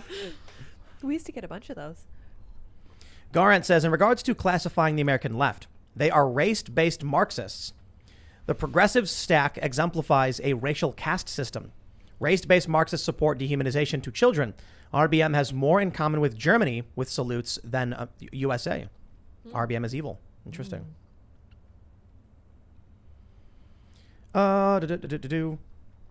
People don't like Vosh. Yep, I know it. People are saying a lot of Controversial. stuff. That's right. Yep. Ironclad VR says, wisdom was traded for intelligence. Conversation on difficult ideas help to build wisdom and fine-tune our intelligence. On a different note, I'm developing a game and want to work under the Timcast umbrella. How do? Send it to pitches@timcast.com. Let's see what that game is. I will say, knowledge is knowing that a tomato is a fruit. Wisdom is knowing not to put it in a fruit salad. What's that saying? The continuation is that philosophy is trying to figure out if ketchup is a smoothie. Like, that sounds disgusting. That's probably. awesome. Yeah, I was like, I have yeah. never heard that before. I saw that the other day. I was like, that's. Oh right. yeah. Well, okay. as someone who went to school for philosophy, I'm both offended and impressed. I at the know same it's time. true. It's Yeah, accurate. but no, ketchup's not a smoothie. How do you Well, figure? Well, Smoothies are cold. no, because you don't throw tomatoes into a blender to make ketchup. Oh, how do they make it? Well, first you have to get specific tomatoes. They have to be reduced. Cook it down. You Yeah. cook it down, you add sugar, then you get a tomato paste, then you mix like vinegar and spices. And that is knowledge. There you go. Yeah. Yeah. Yeah. So to make a smoothie, you can literally walk outside, grab the. I'll make a tomato smoothie. I'll walk outside, grab a bunch of tomatoes, throw them in a Please blender, don't. and then pour some ice in it, blend it up, and I got a tomato smoothie. No. Sounds pretty good. That's not the same thing. That If sounds you, if, you, if you disgusting. took strawberries and you put them in a pot and you mashed them up and cooked them down, you So- would get a jam. Yeah. So it's more like a jam. Yeah. Than a smoothie. it's not. So ketchup's a No? jam, more of a No. jam. Because after you get the tomato paste, you then have to process it further. Oh, okay. Super It's, processed. yeah, come on. All right. Sorry. trying to pull this philosophy junk with ketchup. You didn't even get me started. I know. What's mayonnaise? Oh gosh. Eggs. It's actually A really puree? yeah. I've made mayonnaise before. It's really fascinating. Yeah. It's an emulsion. Yeah, Yeah. that's It's crazy, like an isn't opal. Mm-hmm. it? Then you said a rock. It's Yeah. an emulsion. Okay, Opal. so rocks are emulsion. Opals are an emulsion as well. Really? Which is why I love them. The Yeah, rock? They're fascinating. Yeah. How's they're like, that? it's weird. It's crazy. We'll talk about this after. It's so Nice. interesting. We'll get into it. Daniel Bundrick says leftism is what happens when someone decides to give in and just wear the golden handcuffs. You know, I think it's there's a reason young people are leftists, and it's because the establishment manipulates ignorant people Yeah. to gain power. Yeah. And so you can have someone like me, people are like, someone commented, Tim abandoned leftism or whatever, and I'm like, dude, what left and right means is nebulous. It's like tribal signifiers or whatever. But you have young people who are very much pro-establishment, like that 18-year-old girl who went with the Biden administration to like support vaccines in children or whatever. It's like these kids would gladly go and cheer on the establishment, the state. They graffiti Black Lives Matter. You know, it's like the joke I was making. It might as well be like writing Walmart.com in graffiti, like, yeah, F the establishment, pro Walmart. You're like, bro, that is the establishment. What are you doing? You're not fighting anybody. You're part of the machine. But that's what they do. They prey upon young people. That's what you get. So they grow up, and then they're like, hey, wait a minute. That was BS. Yeah. Hopefully, and it's not just the act of growing up that will help you wake up. So you gotta kind of look for it. You Maybe do. I Yeah. feel I did anyway. You have to humble yourself. You have to seek it out. Jonathan Galterini says, you just made the Amazon device go off in my house, go off across my house. That's powerful. There was this big thing that happened when Google did a commercial where they said, you know, it's like whatever their call phrases for the device, and then everyone's devices would turn on. Oh. Yeah. So now I think what they've done is all these voice activated devices, when they do commercials, specifically program that sound not to trigger the device. How interesting. But it was really annoying when I was watching TV and they would say the name of the thing and then it would turn on and go, I'm sorry. And I'd be like, ugh, fix your stupid crap. It's also kind of funny that they didn't see that happening. I know, right? It makes sense why you wouldn't, but Yeah, Google I heard was very disorganized when they had Google Plus and YouTube. It would be like two hands not knowing what the other hand was doing, Right. and they were like developing two kind of parallel systems that were similar but totally different. That sounds right. You guys ready for this one? Boy. I'm going to read this one. I'm doing it. Do it. Holler. To everybody who's got one of those Amazon devices, you're going to love this. Alexa, order Speechless, Controlling Words, Controlling Minds by Michael Knowles. What you going to say? A best-selling option is Speechless. Controlling She's talking to us right now. Controlling Minds by Michael Knowles. A print version. It's $19.89. Find delivery details at Amazon. I added it to your Amazon cart for Can you guys hear that? It's in the cart. It's in the cart, but she didn't buy it. Hear about the Kindle ebook $19. How do I confirm it? Speechless. I don't know. Controlling Words. Controlling Minds on Kindle. Okay. Thanks. Somebody so that was Ranik who That's super chatted that. genius. And now I'm wondering how many people listening to the show are going, stop. Wow, Alexa, that's stop. powerful. Michael's going to notice a huge spike in sales. that's bunch of so car- funny. I We love sold it. 25,000 Why? copies just instantly. How did Ladies that and happen? gentlemen, it is in your cart. That's right. Can you be careful. held? Can you be held accountable? if I don't that know. happens? I don't Like you know, got a at least live get stream on commission or and something something. happens, and Really so now they're like, curious. Tim, I need you to pay my Amazon bill 20 now. bucks. I Yeah. was just reading a It's super free chat. speech. I can say what I want. That's It's true. Technically Amazon's correct. fault for. So I'm curious. People are chatting. She's ordering at OMG. She's ordering. Shut up, Alexa. That Rainick, that was the best. I saw that and I was like, if I read that, she's gonna actually order. Let's hey. do it. Yeah. yours is in your cart. Wasn't Sorry. Yeah, we didn't buy it. confirmed So, yet. the so cart. Yeah, it doesn't auto buy just because you said it. it's a whole new version of mass media marketing. Perfect. People should buy it though. He hit number 1. Yeah, he did. Good. He's yeah. an And Alexa incredible man. said so. He's one of those best-selling. people that I felt like I knew for a long, like growing up, kind of when I saw him and met him. Mm-hmm. I like that. Did you ever listen to his podcast? He's very personable. I think that's Only part of it. only a little bit. Yeah, I catch snippets. I've never met him. Yeah, he's cool. great. Yeah. He's super cool. Shield. All right, let's read this. We got Butters Oregano. He says, just bought a used Springfield 1911 in 10 millimeter, and the previous owner committed sacrilege by putting, what does he say, Trigicon RMR on it. Oh, Trigicon RMR? Yeah, he put a red dot sight on it. Your thoughts on pistols with red dots, Forrest? They're the future. If you're not going to get on that board, then you're just Really? Yeah, they're the future. Absolutely. Interesting. I don't think they're going to be universal. There are certain applications where it doesn't make sense, but you got to remember, like, that's not. It's kind of a new thing. Putting red dots on pistols is sort of it's in its adolescent years. We're just starting to get handguns designed to have a red dot sight on top of it. It's easier to explain, but I mean, if you know what I'm talking about, most pistols have iron sights, but this one here, this revolver, it's got a little red dot sight. So if you think of, like, you know, so that's the revolver has one, but like everyday carry defense handguns are now coming either directly out of the box, like the Springfield Hellcat's a really good example. The RDP does, but that's it. What I'm going to say is red dots, for those who are not that are like hesitant of getting into red dots, they have a distinct set of advantages and a very small set of disadvantages. What are those? The higher end advantages is we're seeing generally that once you get past the growing curve, performance goes up pretty well. Also, when if you have to take shots at distance, the red dot is much faster. And one other really good example that I use is just for like human mechanics. When I'm using a pistol with iron sights, what I do is my eye looks at what my target is, and then the focal plane comes back to the iron sight, and then so my focal plane is actually on the iron sight. When I'm using a red dot, I look at my target and I put the dot on it, and I don't change my focal plane. Interesting. So from a biomechanical method, it does make some sense. It's one less movement if you count moving your focal plane. You think the average person's accuracy would improve with a red dot on a handgun? If you're yes, with a caveat. The growing curve, the learning curve on red dots mounted on handguns is awkward. Why is that? Because it's just, I don't know how to say it otherwise. You need to build the muscle memory, which is not the right term. I know, don't go nuclear on me, but you need to build the habitual movements, because aligning iron sights is a lot easier because you know when you're off, you know where you're off because you know where the sights are. Whereas when you're off on the red dot, when it's not in the window because your pistol's canted, you don't know which way it is. So you see people fishing for it. And what you need to do is you need to spend the time dry firing. It doesn't take long, and some models it's easier to get over that curve, but you need to practice with it until you can reliably, every time I draw that handgun and I present it, that dot is right in the center of that glass, so much so that it's practiced. Once you get past that curve, which can be accomplished with 100 rounds and a decent amount of dry fire practice, which is just practicing without ammunition. Otherwise, 500 rounds.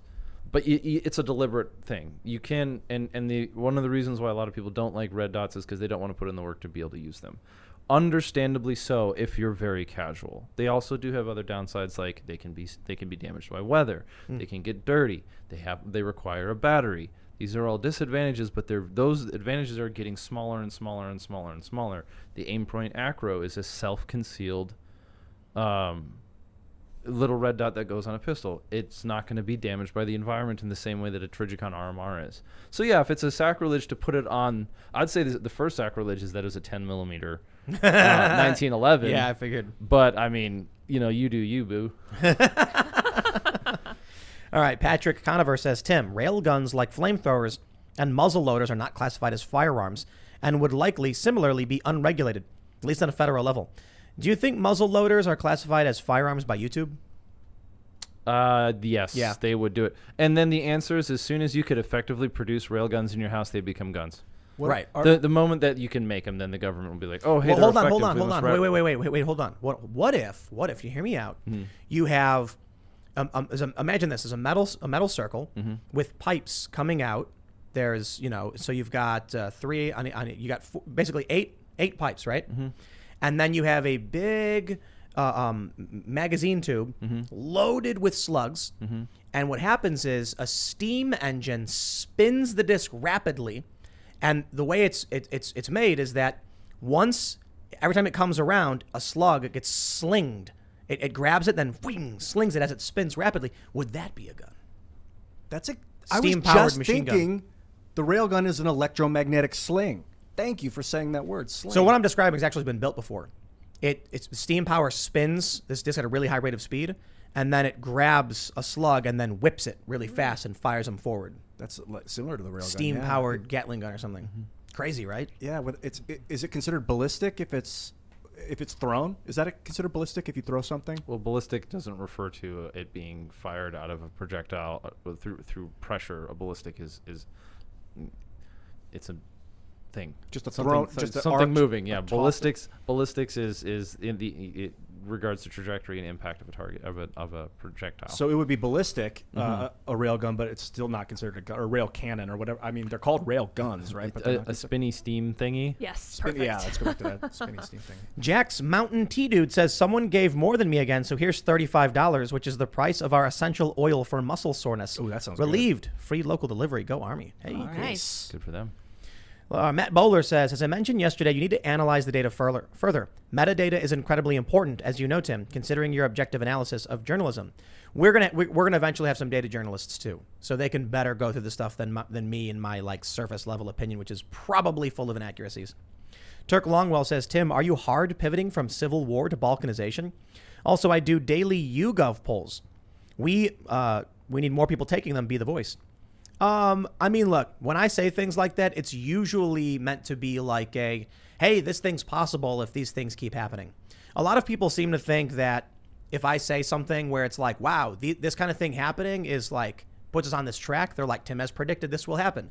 Then something funny happens. When it does happen, they're like, you predicted this. And I'm like, I just gave a bunch of vague possibilities. It's like Nostradamus, man, not hard to do. But then when it doesn't happen, they're like, you said it would happen. I'm like, I kind of didn't. I can't see the future, man. I'm just saying, I think some things are more possible. So I was talking with Sean Fitzgerald the other day, after the show, and I was just like, everything we've seen since the start of the culture war has only gotten worse. Considering that keeps happening, I'm inclined to believe it will get worse. That doesn't mean the world's going to end, our lives are going to suck. People live through these things and they get by. I think people will individually be fine. As a whole, though, the United States will experience some dark times. I mean, look what's happening with the White House being we're overtly colluding with big tech to censor people and we're going to make it worse. Who would have thought we'd come to that point when we saw big tech censoring someone for saying learn to code, that it would turn into the White House press secretary saying, we want cross-platform censorship for anybody posting information that is inaccurate. It's like, wow, that escalated somewhat quickly. Yeah, I would say so. So I always say this. Hey, maybe today's the day that everyone just lays down their figurative sword and says, I don't want to be engaged in the political battles anymore. I want to hug my neighbor and we're going to hold hands and sing into the sunshine. Is it possible? Sure. I just don't think that's likely. Right, because the real thing is when people stop thinking and have clear thought and have no thought, that's when we're really going to find human peace. It's not thinking, I love you, I want. It's when there is no thought. We will get there eventually. Maybe not all of us, but you can. We will achieve human peace when we're all dead. No, just in a meditative state. Ultron. When we're able to control our thoughts and not have these wild thoughts just pop into our head constantly, when you can clear your mind and have access to your emotions. I think that would be when we have the moral discipline to not engage in immoral activity. Yeah. We're never gonna And get there. humility. What are they? When you go in and you confession helps that a lot. Clear your mind. All right. Rye Lyon says, my son was born this week. He is the joy of my life already. Epic. This super chat is for him. Yes. Congratulations. That it helps you keep this country free and the culture American. You are doing the right thing Yes. for your child by supporting our work. I mean that. I'm half kidding. I think we do good work here, and I think we're going to continue to do good work, and I'm going to try my best. And everybody on the Timcast team is going to try to present a reasonable, pragmatic, and principled approach to providing people with information so they can make up their minds as to what they think should be happening. But right now, the media apparatus today is we should just frame things in a way that people do things that we want. That's called lying to people. So if So congratulations. Yeah. So if somebody does something that is good, if you lie to someone and they do something that is good, do they get the credit of morality? If you deceive, if they're not doing it by their own will. That's kind of like the end of what's that movie with Dr. Manhattan? Yeah. Watchmen? Watchmen. Yeah. They lied. Ozymandias lied to the human race to prevent world war. Did he do the right thing? Were they? What was your question exactly? Deontology versus Oh, yeah. utilitarianism. Yeah. Yeah. Simply put, right? Like if you're lying to prevent a tragedy, are you good? The needs of the many. Do you believe the needs of the many outweigh the needs of the few? No, not That's necessarily. Spock. That was Spock. That's utilitarianism. Yeah, because the Typically many the can villains overrun hold those views. the needs of the many over. That way, overrun. the needs of the few, like the bad guy in Kingsman. Yeah, too many is bad as too few. So you got to be careful with. Well, another way you could reform utilitarianism is that we are capable of measuring the net goodness, and we determine whether a thing is moral or immoral if it produces a net goodness. So if I kill 10,000 people to save 100,000 people, well, 100,000 people survive, so that's a net good. That's the I don't think ultimate. so. That's the ultimate dilemma of utilitarianism. Is okay. Well, no, we don't really think. We actually don't think that way. The trolley. You Ian, know, there is a train coming, Uh-oh. and there are 5 people tied to the train track. Get them. Save And- them all. And as the train's coming, you walk over and there's a lever. If you pull the lever, it will divert the train onto a new track with only one person. You will save the 5, but kill the 1. Do you pull the lever? Probably. So that person would survive if you don't intervene. He's safe. Yeah, but I'm not going to let 5 people die for no reason. If dude, what a terrifying Yeah, situation. right. That's being the American president is what it seems like. Who's going to live? That's your decision. This person on the off track is safe. You would have to condemn them to death to decide those 5 people deserve to live. That's brutal, man. Yep. Most people say they wouldn't pull the lever.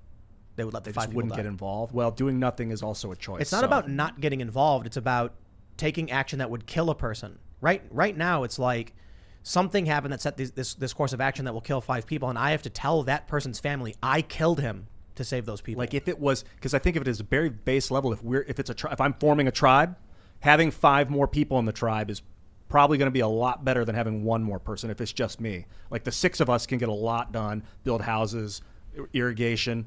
Me and that 1 person, good luck. So you're still making an argument out of utility. Like Yeah. it does come into a problem. You know, another format of kind of the issue too would be if I threaten you with violence and have the capacity to do it, if I figuratively point a gun at you and then give you one and tell him to point it at Ian and tell you to do Ian in, are you considered are you morally or held liable for your Yes. decision? Yes, absolutely. Yeah. You chose the value your own life Right. over your morality and the life of Ian. my favorite meme is there's two memes in the trolley problem that are my favorite. One is it's one track loaded with people and the trolley's just mowing them all down, and it says the trolley can stop at any time, but it would disrupt corporate profits to the Right. shareholders. That was good.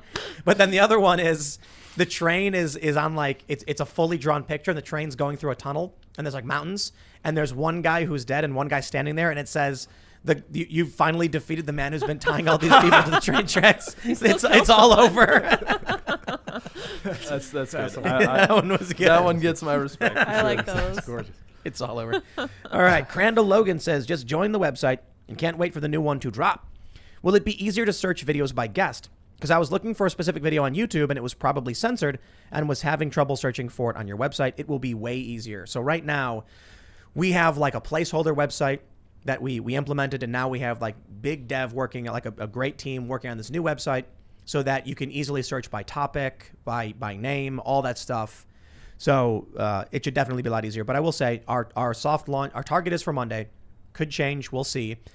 Even when we do launch, that's when the bugs happen. And then we get 1,000 emails from people like, hey, this bug happened. And then we're like, what are we doing? We're desperately trying to fix it and help everybody. Because you know how website launches go. Right, but we're going to title by guest name, right?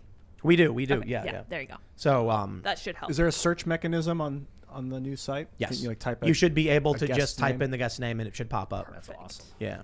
And there's also recommended feeds for the cool. videos too. So like old ones will surface again, and we're going to be legit. improving SEO. So like you'll be able to find these videos, and there's a better mechanism for which we can publish some of them for free or like demo. So like if there's a really important conversation we're having that we think shouldn't be behind a paywall, we can make it as like a free trial for people to like. It's so important to see a preview, like a 2 or 3 minute preview from a video. We're and then definitely they can gonna decide if they want to sign up. We're working on a mobile app where people can listen with the screen off when your phone's asleep. Yes. And we're working on previews for the episodes and things like that. That's cool. That's a selling point. Heck The yeah. previews, selling mechanism. Brandon Acock says, has Ian read A History of Money and Banking in the United States by Murray Rothbard? No. If not, it might dramatically increase his mentioning of the Federal Reserve after reading it. Oh no. Yeah, Dave Smith and He's a famous anarchist, huh? Murray Rothbard? Possibly. I know Dave, he's a- Dave Smith spoke very highly of him. Carol was also talking about him. You gotta read it. Apparently. Yeah. Murray Rothbard. Let me look it up. Oh man, it's so difficult to get through every single super chat, but we tried. Kenny Blankenship said, just watched Lex Friedman's latest podcast with Michael Malice. Yes. Michael broke down while talking about the Nazi invasion of Russia. It was a powerful and surreal moment. I was floored. Wow. Did you guys see that? I saw that. That was Wow. They were talking about this song about when the Germans invaded Operation Barbarossa, and all of a sudden, all these people were living their lives, and then at 4:00, the bombs started dropping, and it's like how fast things can change. And Mike, I call you Mike, buddy. His grandma was there. Oh, wow. And his great grandmother. This wasn't that day, I don't think, but had to make a choice to dive. Her son and her daughter were both there, and she dove on her son to protect him. Wow. And his grandmother, her daughter, remembered that her whole life, that his great grandmother chose. Her brother. I'm actually Wow. That sounds wow. brutal. Amazing dudes. That's another part of his talks about anarchy. I get it, coming from the Soviet system of how a government can go horribly wrong. That now I see how he can see the value in anarchy so much more. Yeah. All right. Jack's Mountain Tea Dude says, my first super chat didn't get read, so none of my super chats make sense. Jack's Mountain Tea is a disabled veteran-owned tea company, and we'd love to sponsor you, but there's no email on your about page. Oh. Pitches? No, it could be on. It should be. If you go to youtube.com/Timcast, my other channel, it's definitely there. So check that one out for sure. I will say about Michael Malice, man, that dude is so positive. Like, he's so upbeat. You know, you can't get him down. He's laughing the whole time. He's having fun with it. He's seen hard things. Yeah, man. That's why. Hard times make strong men, huh? There He's you like go. a white wizard. That's right. White pillar. Back to Final Fantasy. Yep. Already back there. BlackRock Beacon says, do you believe man and God can disagree and that man can influence God's will? If not, what about Abraham arguing with God to spare Sodom and Gomorrah and God conceding to him? This is a common theme in the Old Testament. I think so. I think that's why prayer functions. Personally, what do you Or guys think? perhaps it was not that God was conceding to him, but that God was absolutely willing or intending to spare Sodom and Gomorrah for those reasons, but needed man to come to the understanding as to why. So my parents actually said that they were testing his faith by asking him to do that.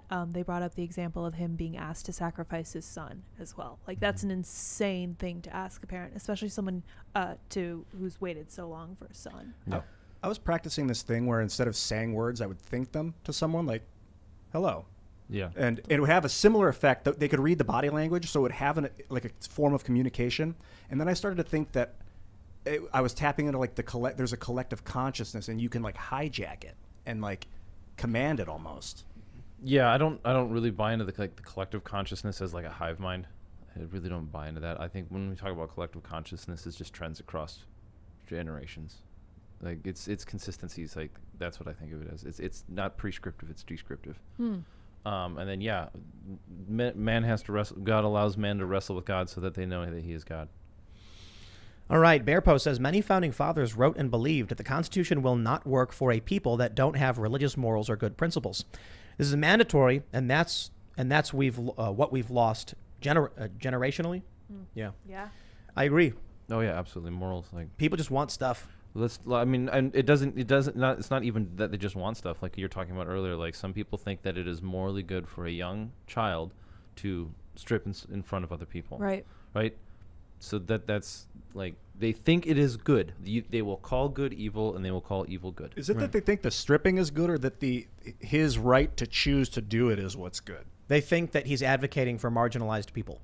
And so that what he's doing is proving something about the rights of individuals or whatever. And I'm just like, kids taking off their clothes for money is wrong. All right. FICO Krusk says, on the topic of dumb laws, in the city of Chico, California, detonating a nuclear device within city limits results in a $500 fine. Oh, wow. Wow. Well, there you go. That'll stop people. Also, harsh could you penalty. imagine it's like after the apocalypse, somebody like travels several months by like sail. They make it to Russia. They find the totally destroyed Kremlin. And there's like a Vladimir Putin with his uniform all just destroyed. His suit's ripped and tattered. And he's sitting there and he's like all weak and injured. And the guy walks up to him and goes, I've traveled for 3 months to give you this. And then he slams a ticket on the table and says $500 fine. And then Putin pays it. Yeah, that makes sense. He also says, did you ever receive the signed copy of Doctor Strange I sent you? I didn't. Ooh. It could be in the mail. We got to go get the mail picked up. Oh, yeah, yeah, I'm we going on definitely- Monday. Oh, okay, cool. Yeah, it's me. And then, I think we'll start opening the mail in the vlog. I was thinking like Sundays we do mail day. Yeah, that'll be Because we fun. could send some cool stuff. We could send artwork all the time. Yeah, I want to showcase some of it. Yeah, That's so neat. go to if you go to timcast.com in the About section, there's a P.O. box. And we're going to start opening up the mail and showcasing it. And that means some weird stuff will probably end up, and that's what's fun about it. I get a lot of manifestos. Yeah. You know? Interesting. Yeah. Like people write personal, like this is what I believe, and Like, they send dude, it to I've had people write like books and send me like just to me. Like, it's like, here's a letter for you, Tim. Please read it. It's 150 pages. I'm like, dude, Whoa, I how? can't read this. you. Yeah. Can you I respect the work, man, but Yeah. can you send me the audiobook version? Yeah, Yeah. really. Oh, that's a good idea. but we get like big stacks of people being like, I wrote this up in response to what you're saying, and I'm like, dude, that is a lot of work to do. You should maybe publish that on your own website or Yeah, that'd something. be good. Because like I can't read that. I got time. As an aside, for the address, there is an S on the end of the zip code. You do not need this S. Leave it Oh. off. Yes, Well, leave it we'll get off. it fixed in the new website by yeah, Monday. Exactly. It confuses the post office. I talked to him about it. David Meese says, hey Tim, if you know the channel MXR, their entire channel has been demonetized. I was like, demonized. Can't No, spell it's not good. demonetize without demon. Right. That's true. right. Yeah. Yep. Mixer. Is that MXR? Is that Mixer? MXR. Yeah. I don't know. I've never heard of it. Yeah, that sucks though. Jay Stewart says, Tim, a tomato-based fruit salad is salsa. Oh yeah. Interestingly, they do put mango in salsa. Oh, it's so good And it's too. very I good, know. Yeah. Mango habanero salsa, dude. So good. Corn in It there. can be good. It's not always good. True. Needs to be done. Slug right. Pudding says ketchup is tomato icing. Ah, no. You might be right. Thanks, No. I hate it. I can make tomato icing. I can legit make a tomato icing. Please don't. I have tomato jam. We made tomato jam. Well, we bought tomato jam from a farmer's market, and you put it on grilled cheese. It's fantastic. Wow. We put tomato jam. It's They different. make It's bacon there's jam, No right? vinegar in it. Yeah, bacon jam. Yeah, yeah. So ketchup is a savory sauce. It's a sauce. Yeah. It's a Yeah, sauce. salty, little vinegar. Yeah. Yeah. I would like to take you know what would be interesting? To take a ketchup recipe, but do it with strawberries. Oh yeah. That'd be cool. Well, like vinegary and Concentrated savory. strawberries? Yeah. You get the Or, still the uh, tang. Yeah. I'm got the excited for the seeds, pawpaw. though. We're going to Yes. make pawpaw bread. Pawpaw ketchup. We're not going to make pawpaw ketchup. Why not? But I read that you can substitute pawpaw for banana in any recipe. Ooh. Nice. So Like we'll banana do bread, yeah. we'll do like a pawpaw bread, Did you guys and see we're gonna those- plant the seeds. Did you see all the over it. blue bananas? Apparently No. they taste Yeah. like ice cream. What? Get them overseas, like in What? Malaysia or something. I need that. Wow. I think I saw a picture, but that's about it. That's yeah, cool. could have been fake news. I'll look I into don't really like bananas that much. It's like I taste like penicillin. Did you All notice right. that? I'll read this. Alejandro Campos says, for the app, I've had the membership, but rarely watch the extra content because I have to have the window open. I am a trucker, so I don't like having the internet window open while I drive. That's definitely like one of our top priorities, but that means we have to get the app out first. And there's two things we're going to do. We want to start uploading not just the video version, but an audio version right beneath it, so you can press play and do audio only. I think Rumble might have something like that. I'm not sure. But we need the new site to launch before we can start implementing these things. A lot of people just listen. They don't actually watch the video of the bonus content. So we want to do an audio-only version. It's way cheaper on bandwidth, so it's better for us in the long run. And then the only way to make it so that you can listen to the show with the phone off is if we do a mobile app. and that's going to be another like 2 months of development. I've heard that if you use Brave, you can minimize it, put your phone on off, and then you can still listen to it. I've never Really? I've never tested it, but yeah, I've heard this in comments repeatedly. I Oh, think okay. that's what it is. Well, the Brave browser is fantastic. We're big fans of the Brave browser. We use the Brave browser. right now. It disables a lot of tracking, much like the Freedom Phone is saying they're going to be doing. Haven't tried the Freedom Phone. I want to be sure. I want to make sure I state that. But Brave's legit. Brave's super cool. I love Brave. Big fan. Yeah, big they're fan good. of Brave. I've used it for everything. Yeah, DuckDuckGo. It's my number one, Brave. Yes, sir. We should get those dudes on the show someday. That'd be The fun. Brave dudes. Brave dudes. Oh yeah, we probably could. Yeah, I bet. All right. Card995 says, you guys should play Trial by Trolley on Steam. That sounds great. Oh, we got to watch that movie, Hero, with Jet Li. Right. Yeah. I want to watch that. Okay. All right. Let's see. We'll do a couple more. Stephen13 says, you know the Soviets abused German civilians. German women were abused by the Red Army in ways I can't say on YouTube. Oh, yeah. For sure. Jerome Morrow says, for the next show, instead of talking, just use the collective consciousness and just think your comments to each other. I actually have YouTube videos of me doing that if you want to go back into my old catalog on the Crossmac channel. I am so excited for this new show we're doing on the mysteries and the ghost stories and stuff. Because, so the format is going to be, there's going to be about a 15-minute show with sound effects and everything. Like, legit, we're going to have Shane, who writes these stories, and they're brilliant and amazing stories. Dude, I'm reading through them. I can't put them down. We're going to make books based off the stories. We're going to do collections of these investigations. We're going to have, like, when he's telling a story about, like driving, you'll hear like the engine. When he tells a story about like walking in a store, you'll hear like the bell ring of a door opening. It's going to be a real show. And then followed by, for members, a hangout conversation talking about it. So the free show for everybody, which will be on like YouTube and iTunes and Spotify, will be like a 15 to 20 minute, series. And then people who are members get to hang out with the crew as they investigate, explore, and conversation deeper. Like, what does that mean? How did you find this? And make it a real hangout. Yeah. I'm so excited. It's gonna be amazing. I love that. I'm actually wondering if that could actually become more prominent than doing the political show, because it's more entertainment value. It works in tandem too. They all kind of work like a net of items. It's going to be fun, man. And then once we do sports, we're going to do tech, video games, movies. The next show we're planning is going to be cultural commentary. So that's more so like Black Widow came out. Let's talk about Black Widow. Did you see the movie? Here's what I like and didn't like about it. Spoiler alert. And just generally watching movies, playing video games. And then we're doing the D&D show. The D&D show will probably come before that. So that's going to be once a week where we have. I'm looking for a DM for or people that want to get involved, but I need like a video, a link to some video you've done of D&D, just something that I can see, so I can see you in action. Because seeing your text, like a text thing, isn't enough to get a feel for your work.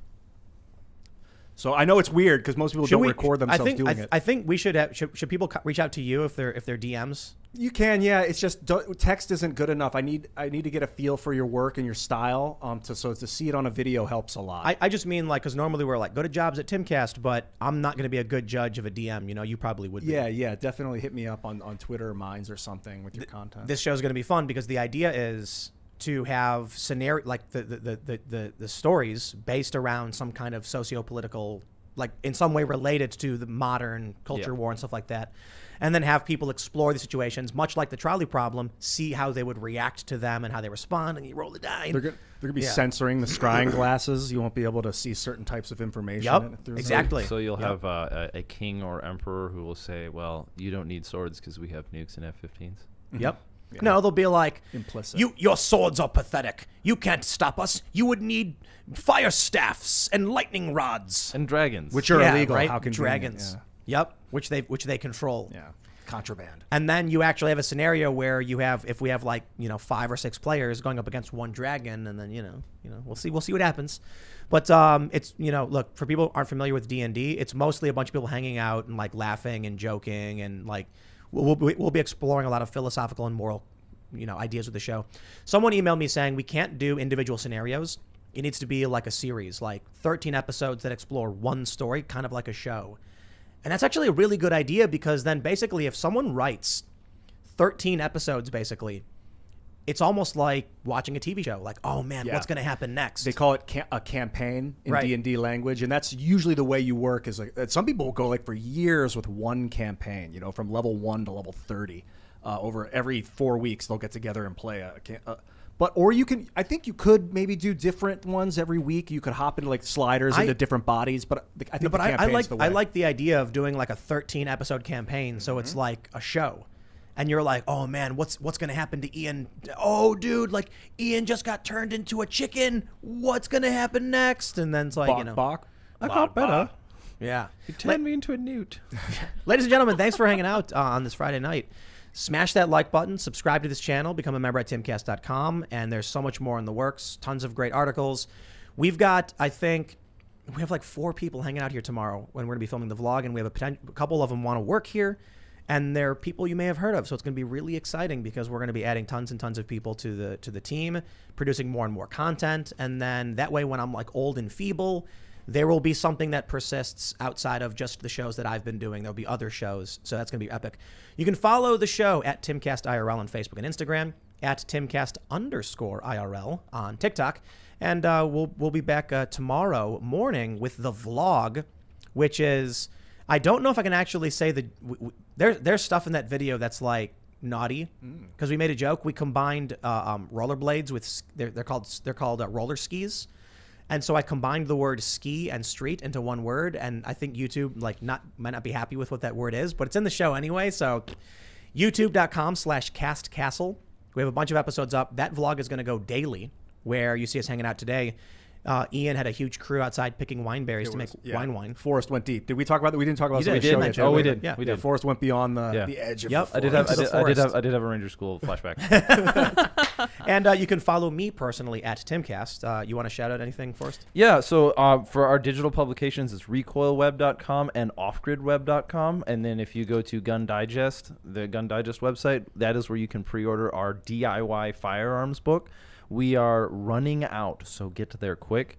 My personal Instagram is at foxroe_official, FOXROE. It's the only nickname that really stuck. And but yeah, and buy Recoil if you wanna see some of the stuff we're doing. Subscription is the best way to do it. Right on. But yeah, I'm happily here to answer questions about firearms and do what I do. Cool. Always awesome to see you, man. Yeah. Hey, follow me at Ian Crossland. You guys rock. Thank you for coming. IanCrossland.net if you want to check out my website and get a little portal into all my socials. But otherwise, Ian Crossland. Hit me up anywhere. Thanks. And you guys, I do have to issue a clarification on what I said earlier about opals and mayonnaise and the connection therewith. Opals are a colloid, not a suspension. Mayonnaise is a suspension because it's a liquid in a liquid. So you guys should look it up and educate yourselves on that. Opals are fascinating. Other gems are also very beautiful. I have a really cool chemistry background. You guys can follow me on Twitter at Sour Patch Lids as I attempt to have more followers than Sour Patch Kids. Thanks for hanging out, everybody. We'll see you tomorrow at youtube.com/castcastle. And after that, we'll be back Monday for this show at 8 p.m. Have a good weekend. Bye, guys.